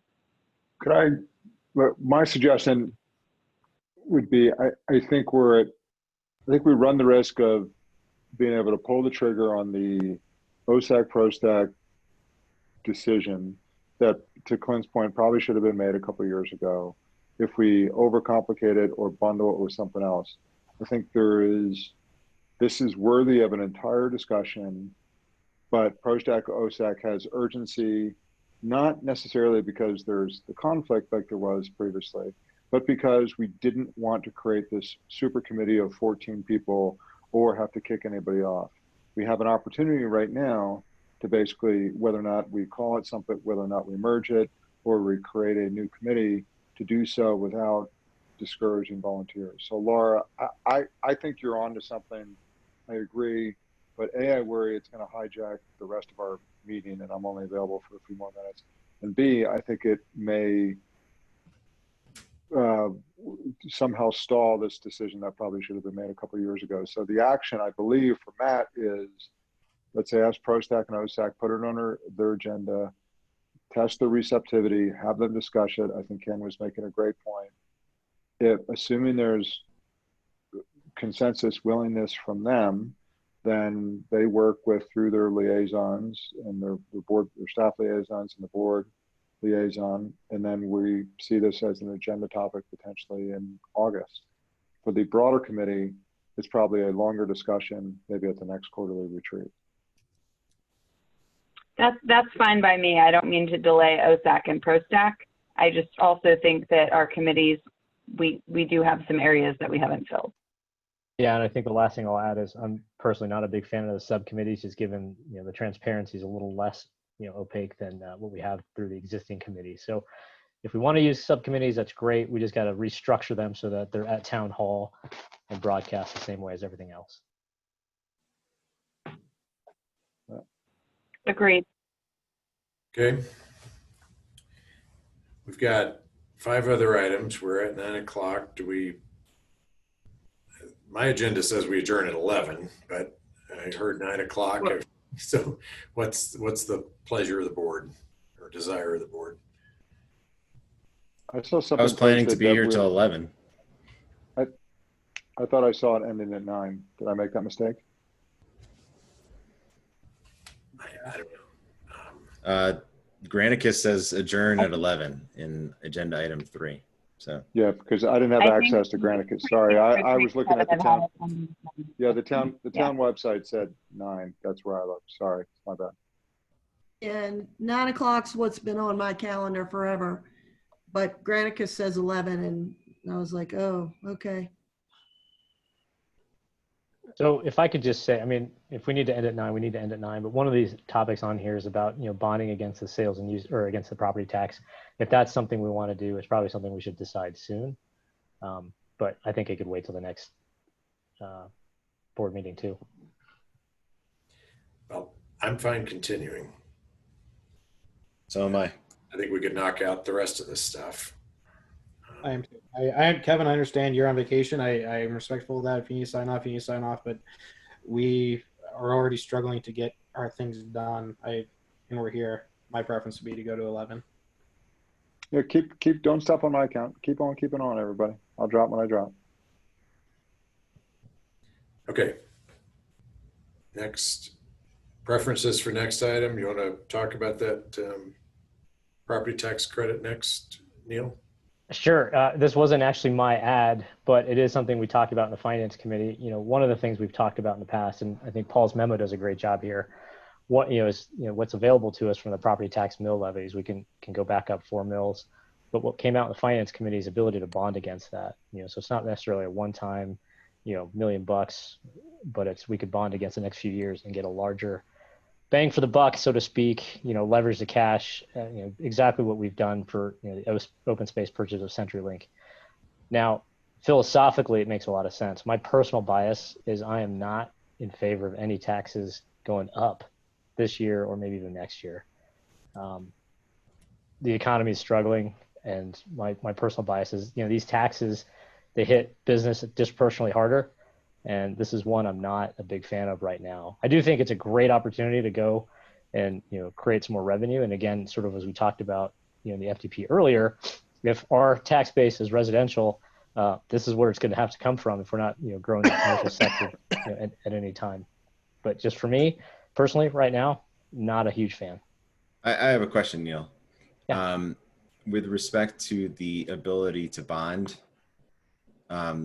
is that basically bonding based on the capacity to increase the taxes? So like we could actually borrow that money, not increase the taxes, and then just repay that debt out of our general fund and basically like use the mill capacity as essentially like an asset that the lender is kind of secured by. Or would we necessarily, because I'm not interested in increasing taxes, but if we can get cheap money based on our ability to borrow against the potential for taxes and then just pay it back out of our general fund, I'm okay with the financial play of it if it's something that would help the town in terms of its capacity to operate and meet its needs. Kind of like a HELOC on your house. Yeah. Essentially like the town would get a HELOC on the Tax on the mill revenue. levy that we're not currently levying. But I'm not in favor of increasing anybody's property taxes. I agree. Yeah, with you. actually, Mark, we didn't talk about it in that way, but I like the idea, you know, and I guess obviously Matt or Paul would have to weigh in as to whether or not you could bond against the existing mill levy. Great idea. Yeah, Paul's on, so he'll correct me if I'm wrong, but I don't think we can support a $15 million bond with our existing property mills. Paul? You are correct. Thanks.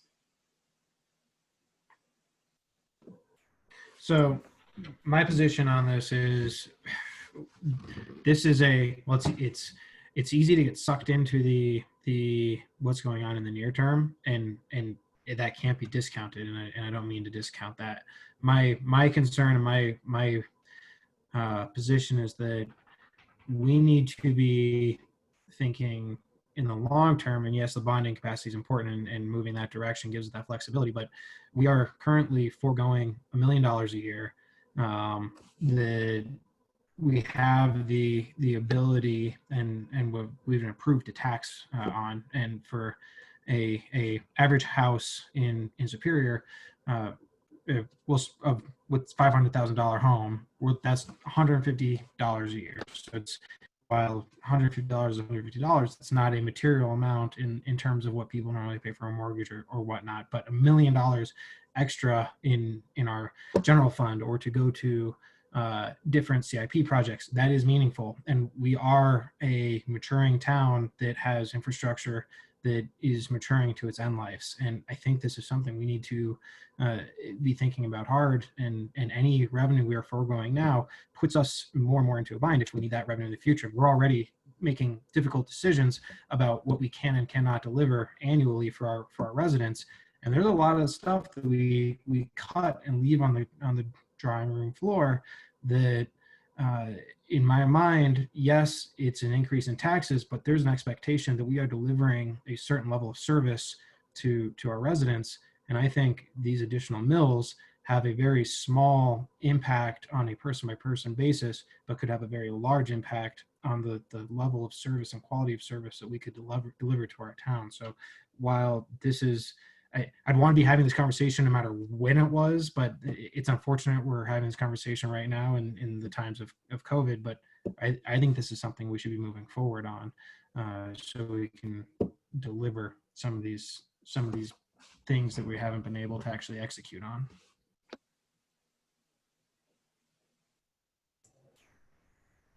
I guess I would like to know what we can't deliver on, like specifically that would necessitate a property tax increase.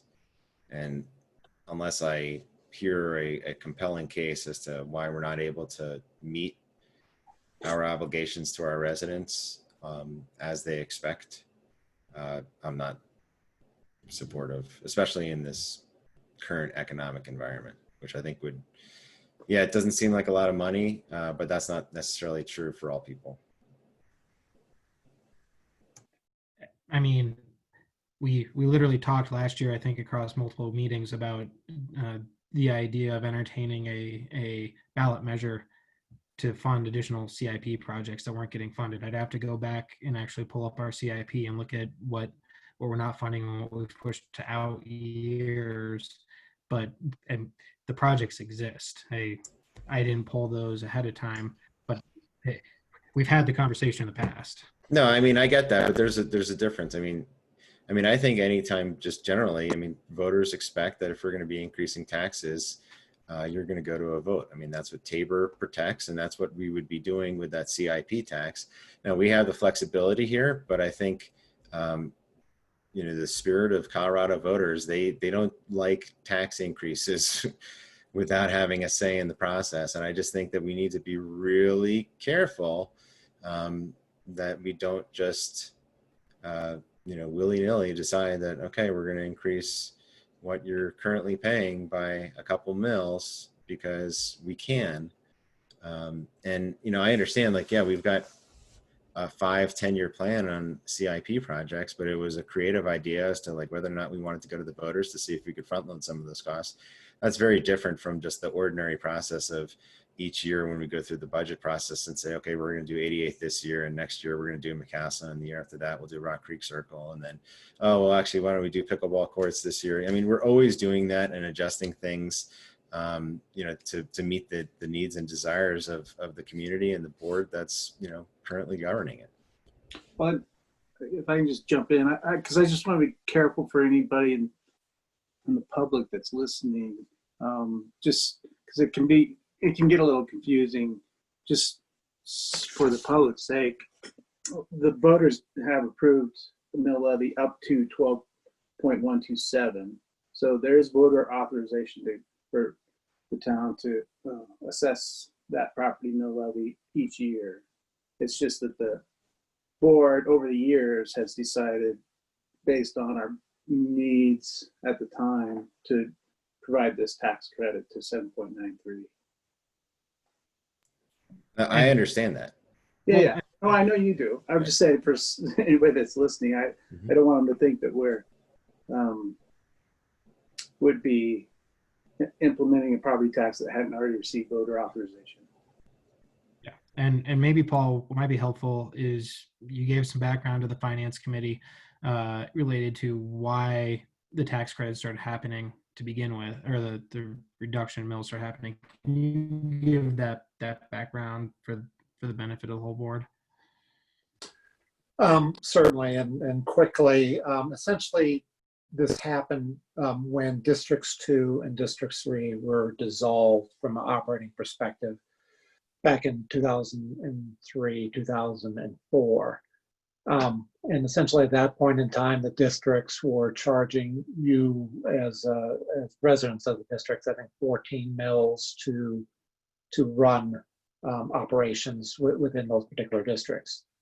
After the dissolution, the vote was, hey, can the town take over these particular maintenance functions and bill you instead of 9 mills? We would, I think, potentially increase your tax levy to, maybe an additional 7 mills or so.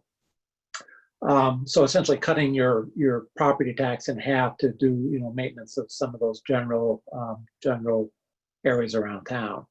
Then we discovered, as we got into the maintenance function, as we were able to perform those maintenance functions, of course, a mill levy actually lower than what was approved by the citizens. So the citizens saw a decrease from 14 mills to 7 mills to something less than that, and that was essentially the nexus of this particular credit. If that helps. That does, and we also at the finance committee meeting, Paul gave a great presentation related to our outstanding debt and how it's decreased over the years, and how we were building town. We added a lot of amenities. Paul, if you could give a little bit of a summary for what you see our future. We've got a lot of aging infrastructure and infrastructure that are going to need to be replaced and maintained to a higher level than maybe we have been in the past. From a finance perspective, to ensure that we can meet all those needs, I mean, in your opinion, does it make sense for us to actually consider adding these mills back? It's tough for me to speak to this. Maybe it'll be in better context when we go through the budget process. But yes, as our infrastructure ages, as our facilities age, as we're hearing from PRO's master plan, things of those nature that, some of those recreation amenities we have, primarily those outdoor pools, they are in need of some major renovations and reconstructions. And at this point in time, we don't have, for example, that in the budget. Doesn't mean that we can't get it in the budget, but based on kind of COVID-19 revenue projections at this point in time, any new material adds, be it new capital or new capital maintenance type of adds, something's going to have to fall off unless we identify additional revenue sources. So there are a lot of moving parts, but generally as facilities age and we're not getting new revenue sources, we're going to have to find ways to improve those facilities with some of our existing programs. Thanks, Paul. I appreciate that. And I think that better highlights the point I was trying to make. There are serious implications to us not actually collecting what we are authorized by the voters to collect. They could put, whether it's us or a future board, into a position where we cannot deliver. So Mark, I appreciate the question of what are we not delivering today, but it's also the question of what will we not be able to deliver tomorrow because of this decision. Right, and we can't have an informed decision about that until we go through the budgetary process and look at what we're actually talking about. So I think that this conversation, which is a good one, and it's always good to remind us that we have the flexibility to up the mills, without having to go to the voters legally, not necessarily speaking philosophically or morally or anything like that, but without knowing, like, okay, these are the CIP projects that are undoable because of current collections that we're getting in terms of our property tax revenues. I think this is premature.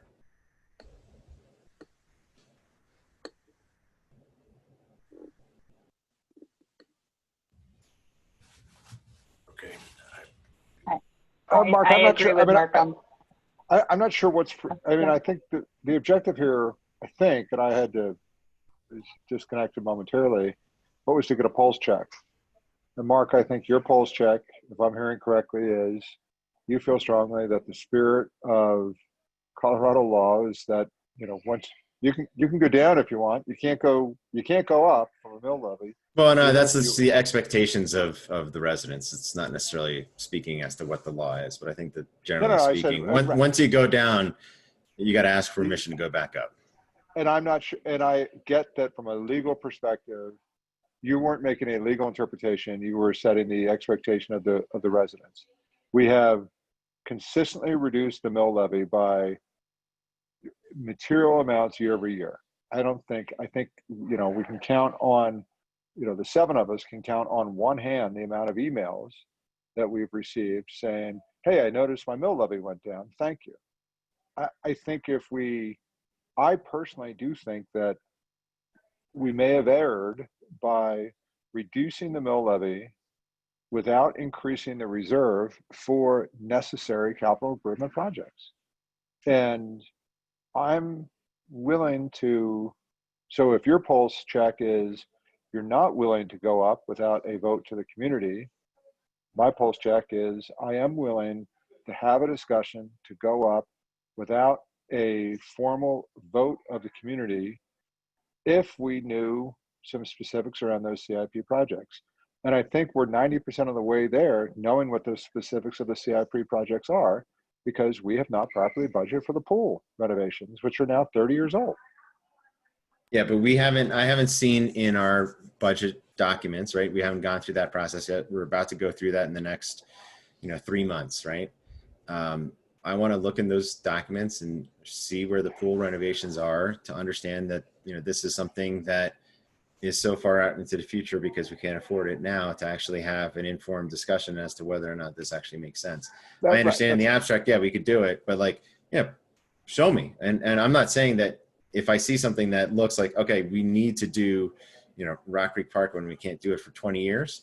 I want to see something like that to understand, okay, that's a decision that merits potentially raising the mills.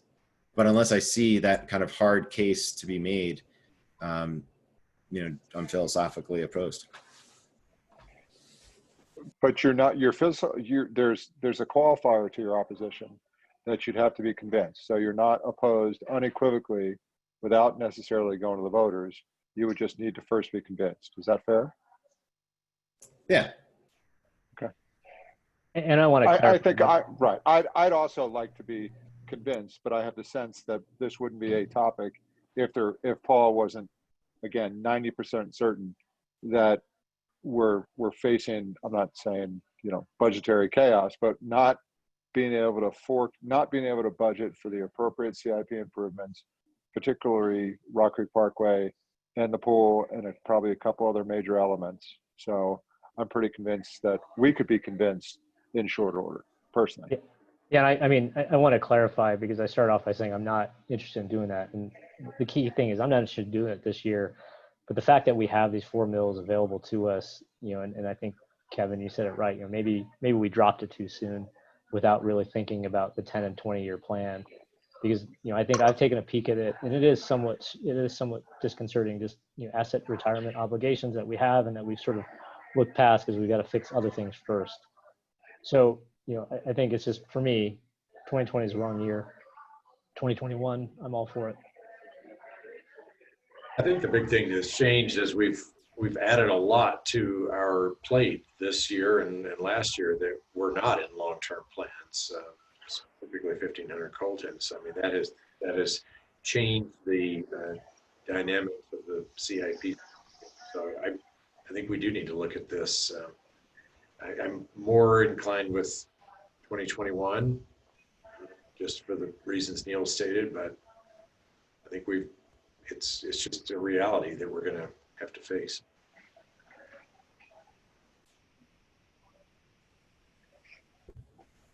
Okay, others? Just for my education, if this decision were to be made by the board, I presume that needs to come to a full meeting where we would make a decision to raise the mills and we would have the opportunity for public comment. That's correct. Yeah. We wouldn't just give you direction through a retreat and then all of a sudden people's mills go up by. No. I mean, typically it'll happen during our budget discussion for the upcoming 2021 budget or 2022 budget, whenever that would occur. And we have a public hearing for the adoption of that budget. So just to make sure that I think that we're all hearing the same guidance from the board, people want to be convinced. There are folks leaning towards 2021 instead, but in my mind, the case will be made at this year's budget meeting, and that's where we would walk through this more. Is that what I'm hearing from the group? And Paul, is that possible? Budgetarily, sure, it's possible. I mean, we will have a balanced budget that we present to the board as we do every year, and that will keep all revenue sources, including this property tax revenue source, the mill levy, at a constant level. And then it'll be easy enough for us to identify, hey, these are the projects which we had during our budget review, staff's budget review, which had to be eliminated, that we were considering, but we were not able to fund. So a long answer to a simple question, yes, we will accommodate that in this year's budget process. Just so I understood your question, Ken, so you're suggesting that we would consider the budget, vote on something that wouldn't necessarily go into effect for 2020, but it would be or it wouldn't go into effect for 2021, but actually would be for 2022. Is that kind of what you're suggesting? Like, so it would go into effect at a later date? No. What I am suggesting, because Neil was saying no increase for this year, and I think Clint was saying that as well. He was interested for 2021. So whatever we were voting on in the budget process, that would be effective for 2021. Is that the spirit of what you're saying? Yes. Well, the spirit of what I'm saying is one precedes the other. You have to hear the argument and hear the support and understanding before I think you can truly rule anything out one way or the other, just because you have to understand the topic in as much detail as possible. So if Neil and Clint feel that way, then by all means, then we push that out to 2021 if we do it at all. But I wouldn't say let's just rule off 2022. I wouldn't say let's rule out 2021, because who knows, maybe what we hear is incredibly persuasive, and all of a sudden you've got 7 members of the board saying let's move forward with 2021 at an increased mill levy. I mean, the reason why I was asking is, so the property taxes are paid in arrears, right?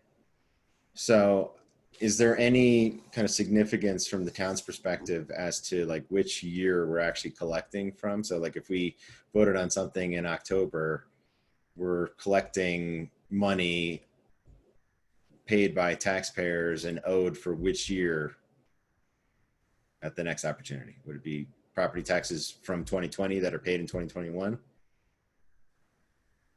Yeah, when we adopt the mill levy, whatever it is, it'll be for assessed in 20, collected in 21.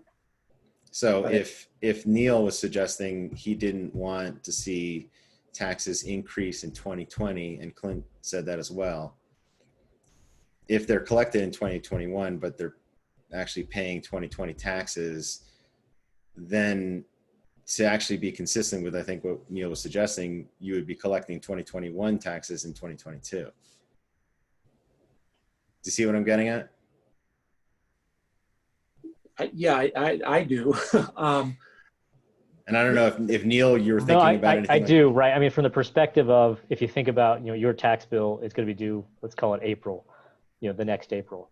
And that'll be for the assessed home that you have in 2020. If we change the rule, if we change the number now, the number that you pay in April would be higher. You'd be paying it in 2021, but it'd be effective on the value of your home in 2020. And I am not interested in hitting people with a higher tax bill in April, the next April, because a lot of people have had a terrible 2020. So I'm interested potentially in evaluating this a year from now so that we would adjust it and that the payment made in April of 2022 reflects a potentially higher mill levy. So it's really, from a cash perspective to the town's budget, it's a potential 2022 revenue enhancement.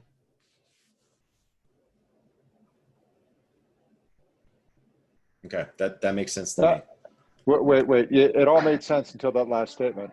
It's a revenue enhancement from a cash perspective, yes, but from a budgetary perspective, if we made the decision, in other words, if Paul comes and say, guys, we have a pickle, we have to start accumulating additional budget, and I need to plan for it accordingly in order for the pool to be done in 2022, 2023. And so I'm going to accrue $900,000 a year. I'm going to increase the reserve or whatever for 2021. And our intent is to raise the mill levy by 2 mills, assuming that's, or some thereabout, for the 2021 assessed value to be billed in April 2022. I think that's a conversation we need to have in October. I agree with y'all. I think it would be premature to have that conversation and say, hey, in October, let's increase the mill levy in 2021 for stuff that was effectively paid paid today in 2020. That would be premature. But I think we have to have the conversation in October. You're absolutely right, Kevin. I mean, what I want to talk about is the full laundry list of deferred assets, how long we've been deferring the maintenance on the assets, and when we need to intercept that with potentially higher taxes. And that should all happen in October.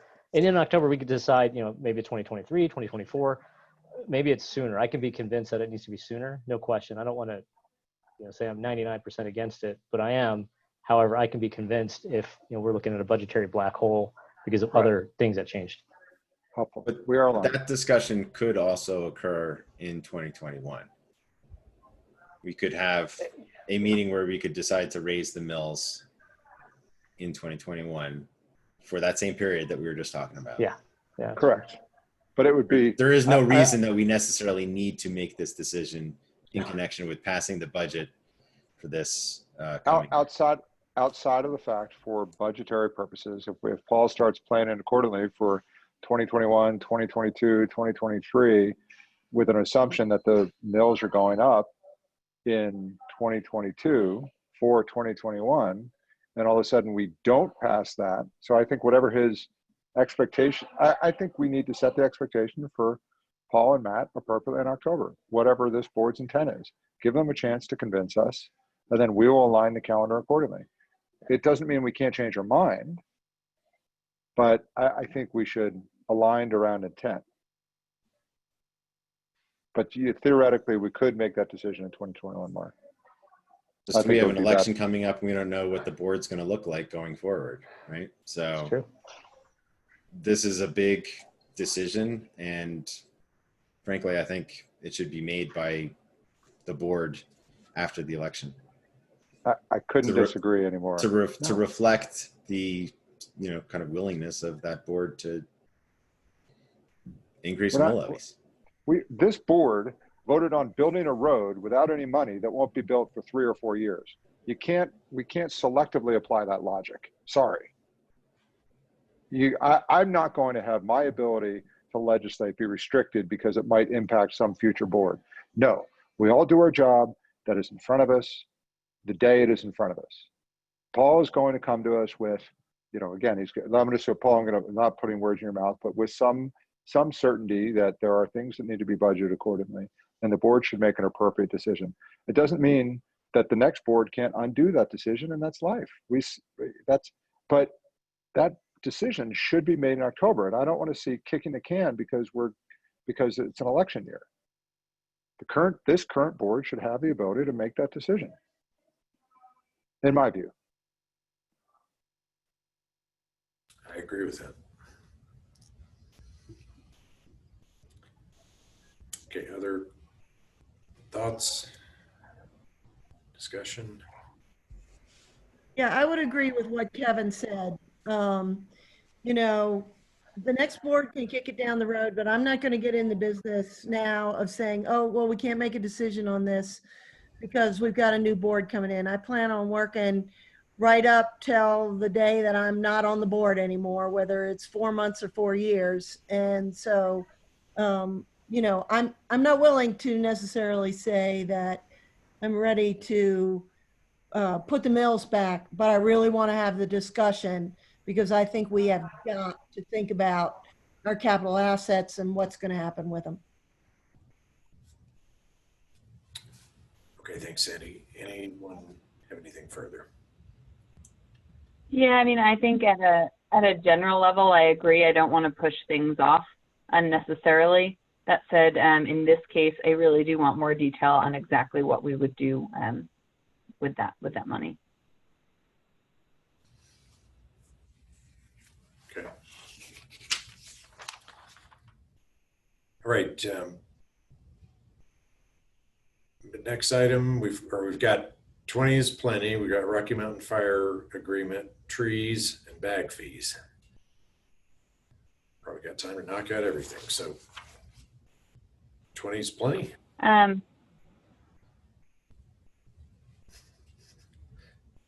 Something else?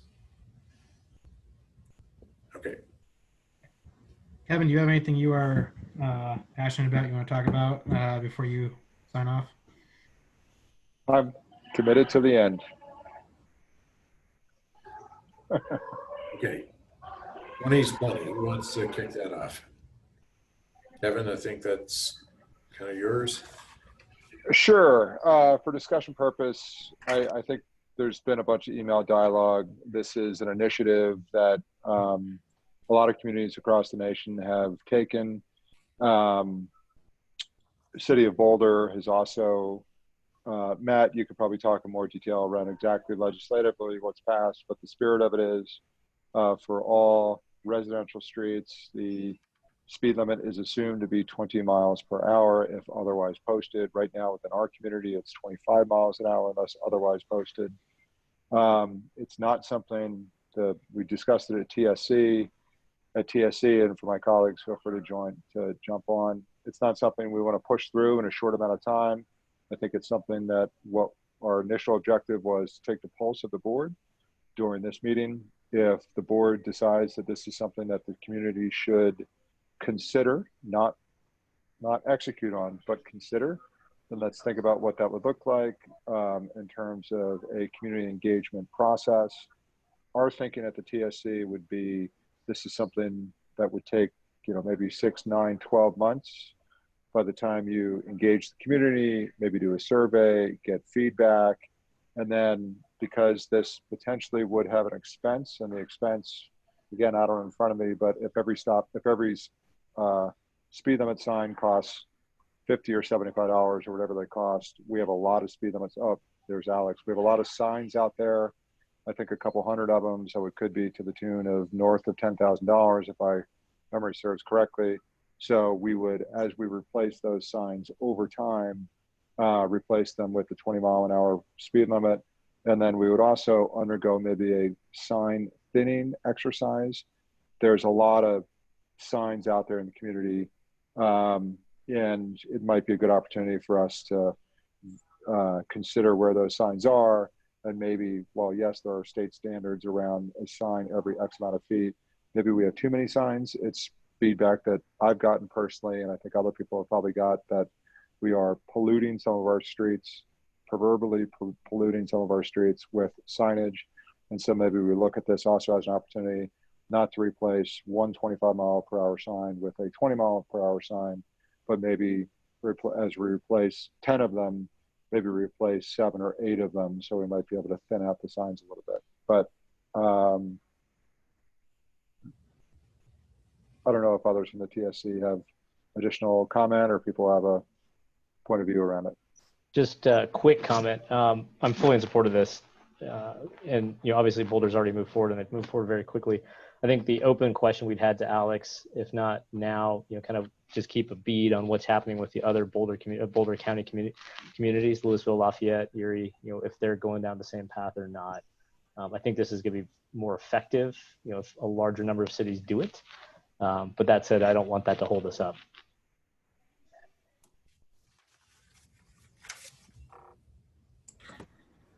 I have no objections. Alex looks like he's changing one of the signs above 36 right now. Swapping it out. 20. I haven't heard of any other communities implementing this in the county near Superior. But Alex, do you know of any that have so far? I think Erie may be talking about it, but I'm not sure how far they're down the road. There's obviously a lot of issues, number of signs, how do you enforce it? What do you do at school zones? Do you change school zones if their sign is 20 miles an hour now? But, those are all issues that we have to research and bring back answers for you. So we put together kind of an outline of what the public process would look like. So we wanted to get board feedback on that. And we thought we'd do the possible ordinance about restrictions of parking on streets in a certain time period. We thought we want to see if you're okay with doing those at the same time in the public outreach, or if you'd like to keep them separate. So those are kind of the two things we'd like to feedback on: the process, and then whether you'd like to do those 2 items separately, or if it makes sense to do them together in our outreach. I mean, for me, the reason to do them, they're both traffic related, but one is safety related, the other is less about safety. And so I personally would like to see them. I mean, I personally have a different point of view on them. One I support, one I don't, from a resident perspective. I don't know how I feel as a trustee yet, because I'd want to represent the community, and we haven't really done a robust outreach process. But personally, I'm entirely supportive of the 20/20. Okay.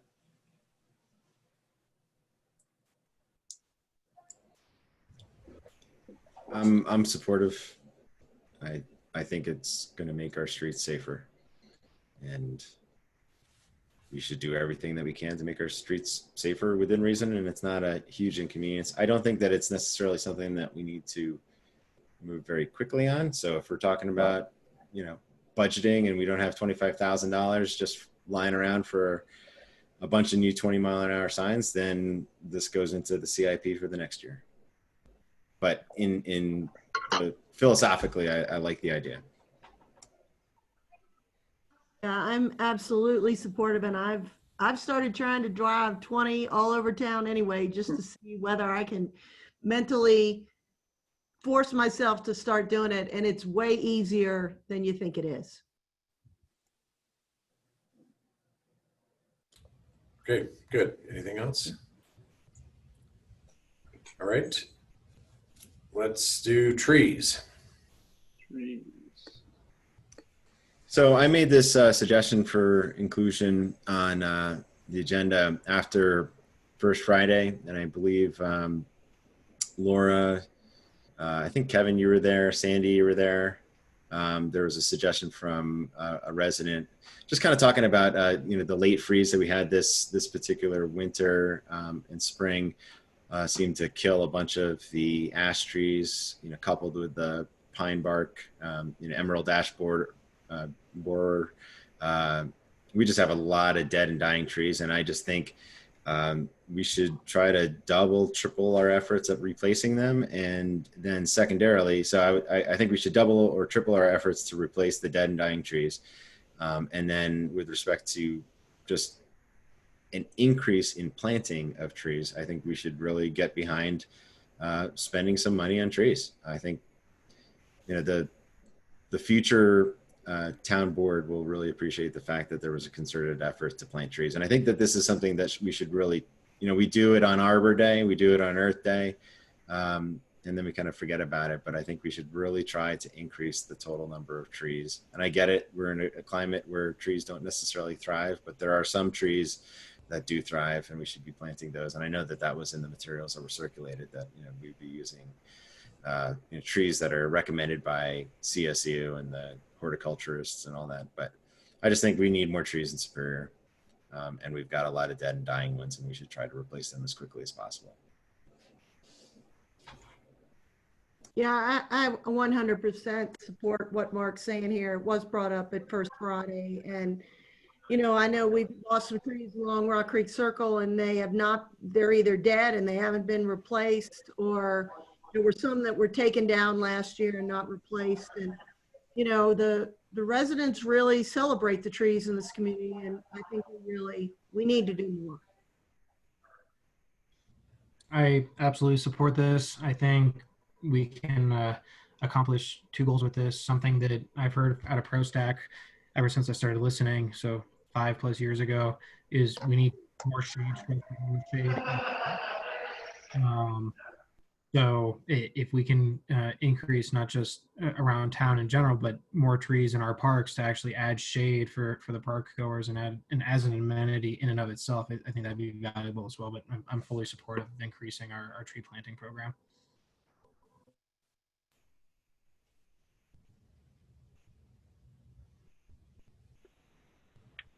I'm in full support as well. Who can hate more trees? I completely agree. I oppose all trees, not just kidding. I thought, Neil, when you ran for office, you ran against the trees. My logo was a chainsaw. Yeah, so you're right. But you got to have trees to cut them. Yeah, right. And he ran under the name Neil Saw. Good one. Good one, Kevin. Oh, that's brilliant, right? That's a dad joke. That's pretty good. Right there. Right. Okay, with that, why don't we go on to bag fees? All right. So I added this, for a couple of reasons. One is I want to help encourage a change in behavior, and the other to really test if we're actually committed to sustainability goals. So, small story. As many of you guys know, we took 2015 to travel for 9 months. The first country we went to was Ecuador. We eventually made our way to France. We were in India, and the thing that all three of those countries have in common is in 2015 they had banned single-use plastic bags.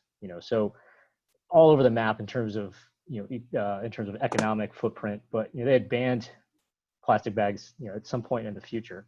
And the worst part of the trip is when I was snorkeling off the coast of Bali, and there's literally a plastic bag embedded in the reef. That's probably one of the most disgusting things I've ever seen, and it's something that we can actually influence and control with behavior modification, so to speak, financial incentives to drive the right behavior. Now, Boulder has had a 10-cent fee. Louisville's looking at a 25-cent fee. I don't know what the right number is. The memo suggests 15. I don't care if it's a nickel. The point is, I really truly believe we have the opportunity to influence behavior here. We all have the reusable cloth bags in our car. The risk, of course, is we share a large border with Broomfield, and there is no bag fee. I don't think that they're even contemplating one anytime soon. And that this nuisance fee, so to speak, not my words, but words that are used elsewhere, becomes a sort of an inhibitor to our own retailers.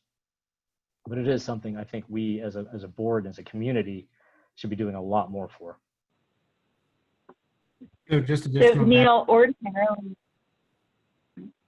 just provide context from ACES, just listening to their conversations over the past 1.5 to 2 years, this is something that's been on their radar. But for those of you who don't know, there's been legislation kicked around at the state legislature to allow for a single-use ban, which does not exist right now.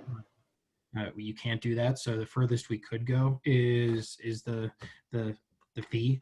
I think what ACES was trying to do was sit tight on a recommendation until the full menu of options was available, hoping that we could go in a direction of single-use bans. But I don't want to put words in their mouth, but that's just, they've been monitoring this, and it's been something that they've had on their agenda. So I would ordinarily be very supportive of this, a fee and potentially even a ban if that becomes possible. However, I'm concerned about the timing with trying to introduce this right now. I know I try to use my reusable bags all the time, and every store right now is really different in terms of what they allow. A lot of stores will not allow you to bring reusable bags into the store. So I would personally like to delay this until we're out of this situation, which I recognize may be a year and a half. But I don't think right now is the time to introduce this, even though I am extremely supportive. No, and that's a key point. I left that part out, in sort of the same vein as potential increase to the assessment, or rather the mill levy on a home. I'm not interested in any tax increases for at least the next 12 months. So for me, the earliest, this is a July 2021 discussion.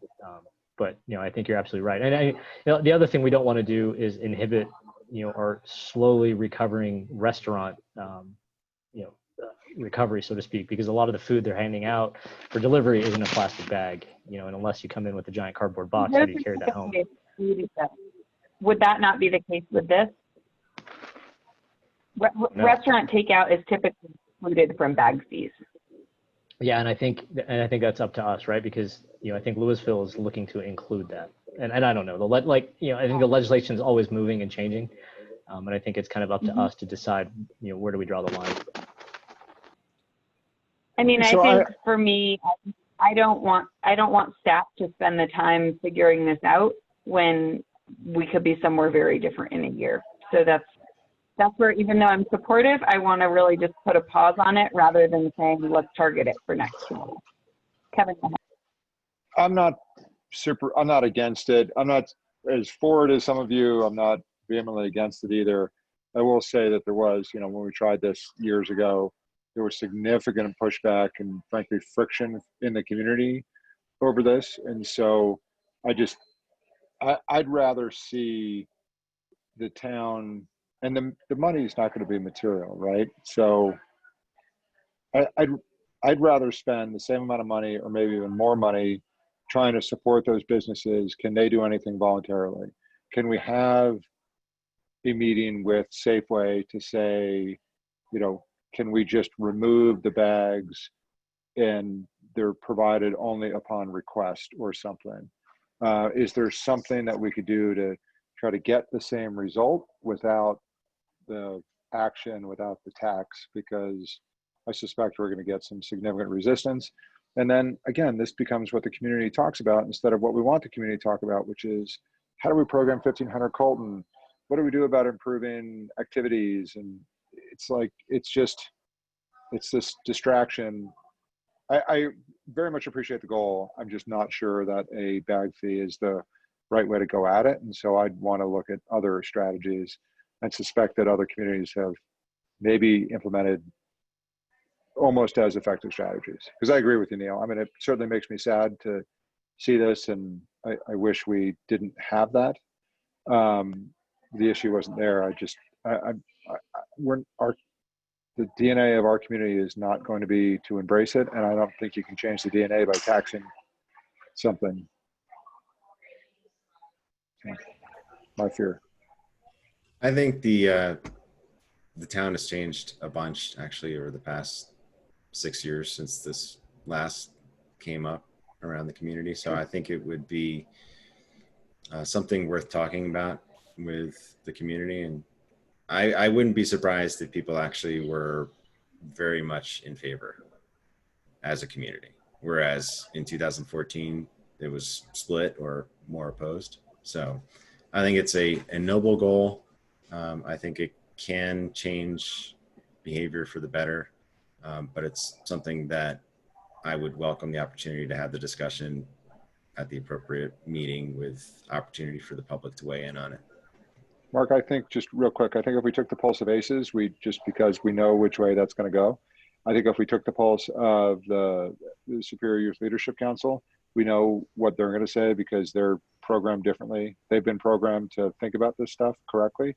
Laura, Sandy, I think if you're going to do the July 3rd, First Friday, it would be very much appreciated if you guys could talk about it on that first Friday. I can't make it. We are canceling the July 1st Friday due to the holiday. And I just got a text. Sandy lost her wireless connection, so she just got dropped. She's not sure if she's coming back on.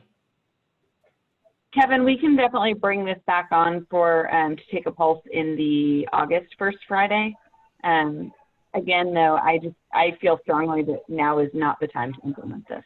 Yeah, I agree.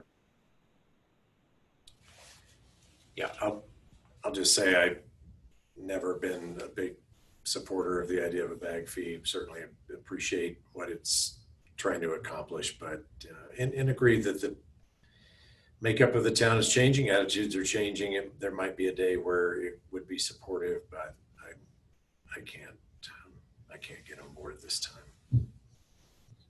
I think Mark did, or Kevin did suggest something, or actually both of them. I think the DNA of the town is changing, and we should definitely, champion this if we can. This year is difficult, but and I was never a fan of the penalty fee. I think trying to find ways to work with the Safeways and the Targets of the community on how do they move behavior. They've figured out how to do it in Boulder with a fee. They've probably got some great ideas that that they're willing to work with us and ACES on how to move behavior rather than with the penalty fee. And I think they can probably lead the way out of this. And I think we can probably reduce our footprint without a punitive fee. And I don't know if that's something that ACES is even interested in doing, or if it's something that, we can, as individuals, go reach out to Target and Safeway to see what we can do. Because I think this is something that, I think it's important. And it's a tough time this year to try to implement any sort of fees. But fees work in changing behavior. It's definitely worked in Boulder. This wasn't about a revenue generation for the town. I don't care if 100% of it goes back to the retailers. It's just a way to try to get bags out of the trash, so to speak. So I think having that soft approach, seeing if we can get change without a formal ordinance or law change makes sense. And maybe I always get concerned when we have our committees who aren't allowed to represent the town officially going and talking to third parties. So I think that sounds more like something that Matt, you and staff could do just with the soft conversations. But I think this is definitely something we revisit next year, probably right around this time at the end of a legislative session to see if anything's changed at the state level. But I agree with what everyone else has said.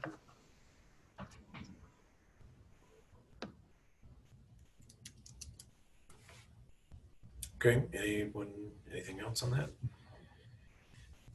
All right, it looks like we're down to the Rocky Mountain Fire Agreement, so we can say goodbye to Mark. Good night to Mark. Unless there was an other that anybody wanted to talk about. I don't have an other, but no other topics? All right. Okay. See you guys later. Have a good night. Okay, Rocky Mountain Fire Service Agreement. Ken, I think you brought this up. Yeah, so go ahead. Yeah, the whole reason this came up, as you all are aware, Rocky Mountain Fire and Mountain View are in the midst of merger conversations. In looking at, I'm forgetting the name of the document that came before us that Matt was asked to review and sign. But in reviewing that document, it made clear that the service level that we would be receiving post-merger is the service level that Mountain View currently provides to its constituents, rather than the service level that we are currently receiving from Rocky Mountain, which I think has been a very high level of service. Not that I am disparaging Mountain View in any way. I just frankly have no idea, no concept of the exact level of service that they do provide. And I am weary of getting into a situation where we're 1 or 2 or 3 years down the road, and if there's a noticeable change in our level of service, we're going to hear about it from our residents. So I want to make sure that we are taking any and all steps to just make sure that we are ensuring that we lock in the level of service going forward that our residents have become accustomed to. Now, with all that said, I am really glad Rocky Mountain Fire and Mountain View have had these conversations. Rocky Mountain is doing everything we've asked them to do over the past several years. They've reached out to partners. They're merging, and there's going to be a reduction in mill levies for our residents. So overall, I am pleased with this. I think this is a good thing. I just want to make sure that we are doing what we can and what is responsible for us to protect any downside risk to our residents.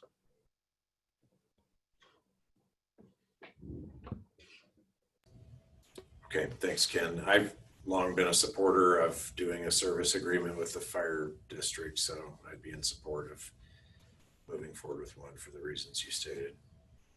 And I think I'm directionally in support as well. I had asked Matt to kind of give us a lay of the land with other IGAs, and unfortunately I haven't had a chance to read any of them, because a part of me wonders, do we truly need this? I think about the larger districts, North Metro, South Metro.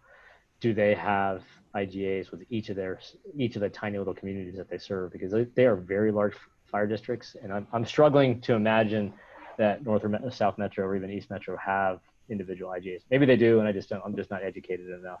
So I'm hoping to get a little better educated. I didn't have the opportunity to read through the IGAs tonight. And I don't know the answer to that question, and I don't remember what we have shared, Kevin and I, from our subcommittee meetings. There was an ask from Mountain View to enter into one. So evidently for them, it's an expectation and standard. Doesn't mean we have to or anything. I just putting out what their expectation is. And obviously this is just a pulse of the board type conversation. I did have a chance to quickly read through some of those service agreements that Matt sent out today. Frankly, I was a little bit surprised at some of the generic terms in there, and I actually don't know if it will provide us any of the additional kind of insurance that I'm looking for, just because it's not as clear. I mean, it says there'll be fire protection, there'll be medical services, that sort of thing, but it doesn't say you're going to get X, Y, and Z from a response time or something like that. At least some of them didn't. So maybe it's a path that's just not necessary to go down. I don't really know, and I need to hear from somebody who's more expert in the area than I to tell me whether my concern is a valid concern or not, and whether this is something we should be doing. Are there metrics, that can even be measured here? If we enter in an IGA, who's doing the measurements to confirm that we're getting a level of service that's been agreed to? I do know that the fire departments track metrics. I'm trying to remember which of the IGAs I saw. There was one, it might have even been the draft one that was prepared for us a year ago. There was one that did have a specific call out to response times and whatnot. So I mean, it's possible. Yeah, that's what it would be. It'd be like response times, those type of things, number of, equipment and kept at Station 5, number of crews kept at Station 5, those type of things we would include. And we did have some of that in the draft IGA. One of the things in there is that the Insurance Services Office rating, which affects everybody's insurance, from a fire safety rating, is a Class 3, or was Class 3 now, would remain that way or be better at all times. So things like that would be included in it. We also had in here that their district office and headquarters would be maintained within the town of Superior. That would probably change because once the merger is done, Mountain View Fire's headquarters is elsewhere in another city. But we had that they had an 8-minute average response time on emergency alarms within the town boundaries. Things like that would be included. Yeah, and again, this, in my mind, is just part of our due diligence. If this is not necessary for our due diligence to ensure the safety and expectations of our residents, we don't need to go down this road. I just don't know if it is or isn't. Yeah, I think Ken's asking all the right questions. I think, and by the way, sorry for the background noise. I think we need to do what's the benefit, what's the risk, of doing something like this. We are obviously committed to Rocky Mountain Fire. If at some point in the future we decide that we don't want to be committed to Rocky Mountain Fire, we've been advised it's going to end up in litigation in the courts, and the unwinding of this is going to be extremely complex. I personally don't know enough about this to know whether or not the service agreement would change any of that. And so if you're effectively married to somebody, why not make it legal? But maybe there's some reason not to. So I think a little bit more due diligence around this is probably necessary. There's obviously a clock on this. The two entities are moving forward really quickly. Right, but we can't abandon them without significant consequences. They can't abandon us without significant consequences. I get it's a very polite request at this point to enter into a service agreement, but at this point there's been no, to my knowledge, even very formal or demand that we do so. And I'm not suggesting that there's been anybody asking to abandon or anything like that. I mean, I'm just concerned about making sure that we need be enshrine the level of service that we're currently getting from Rocky Mountain Fire. It has nothing to do, in my mind, about the relationship with Mountain View or Rocky Mountain going forward. It's just about making sure that we get that level of service. Yeah, Matt, I think we've had a few advisory memos from Kendra on this. I think we could probably use an update around that. Yep. That's all for me. Okay.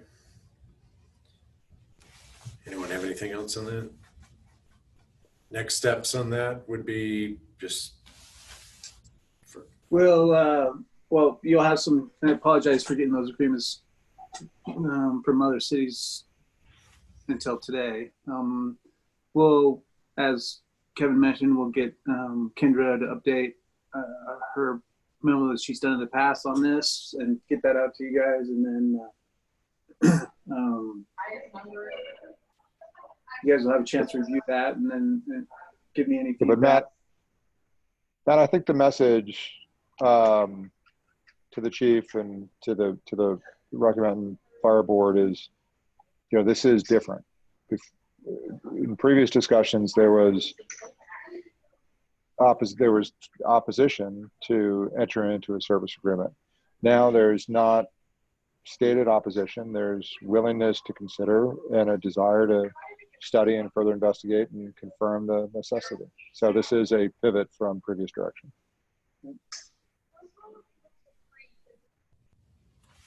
Okay. All right, anything further? 10 o'clock, we got a whole hour here left. Sure we can't stick something into the other category.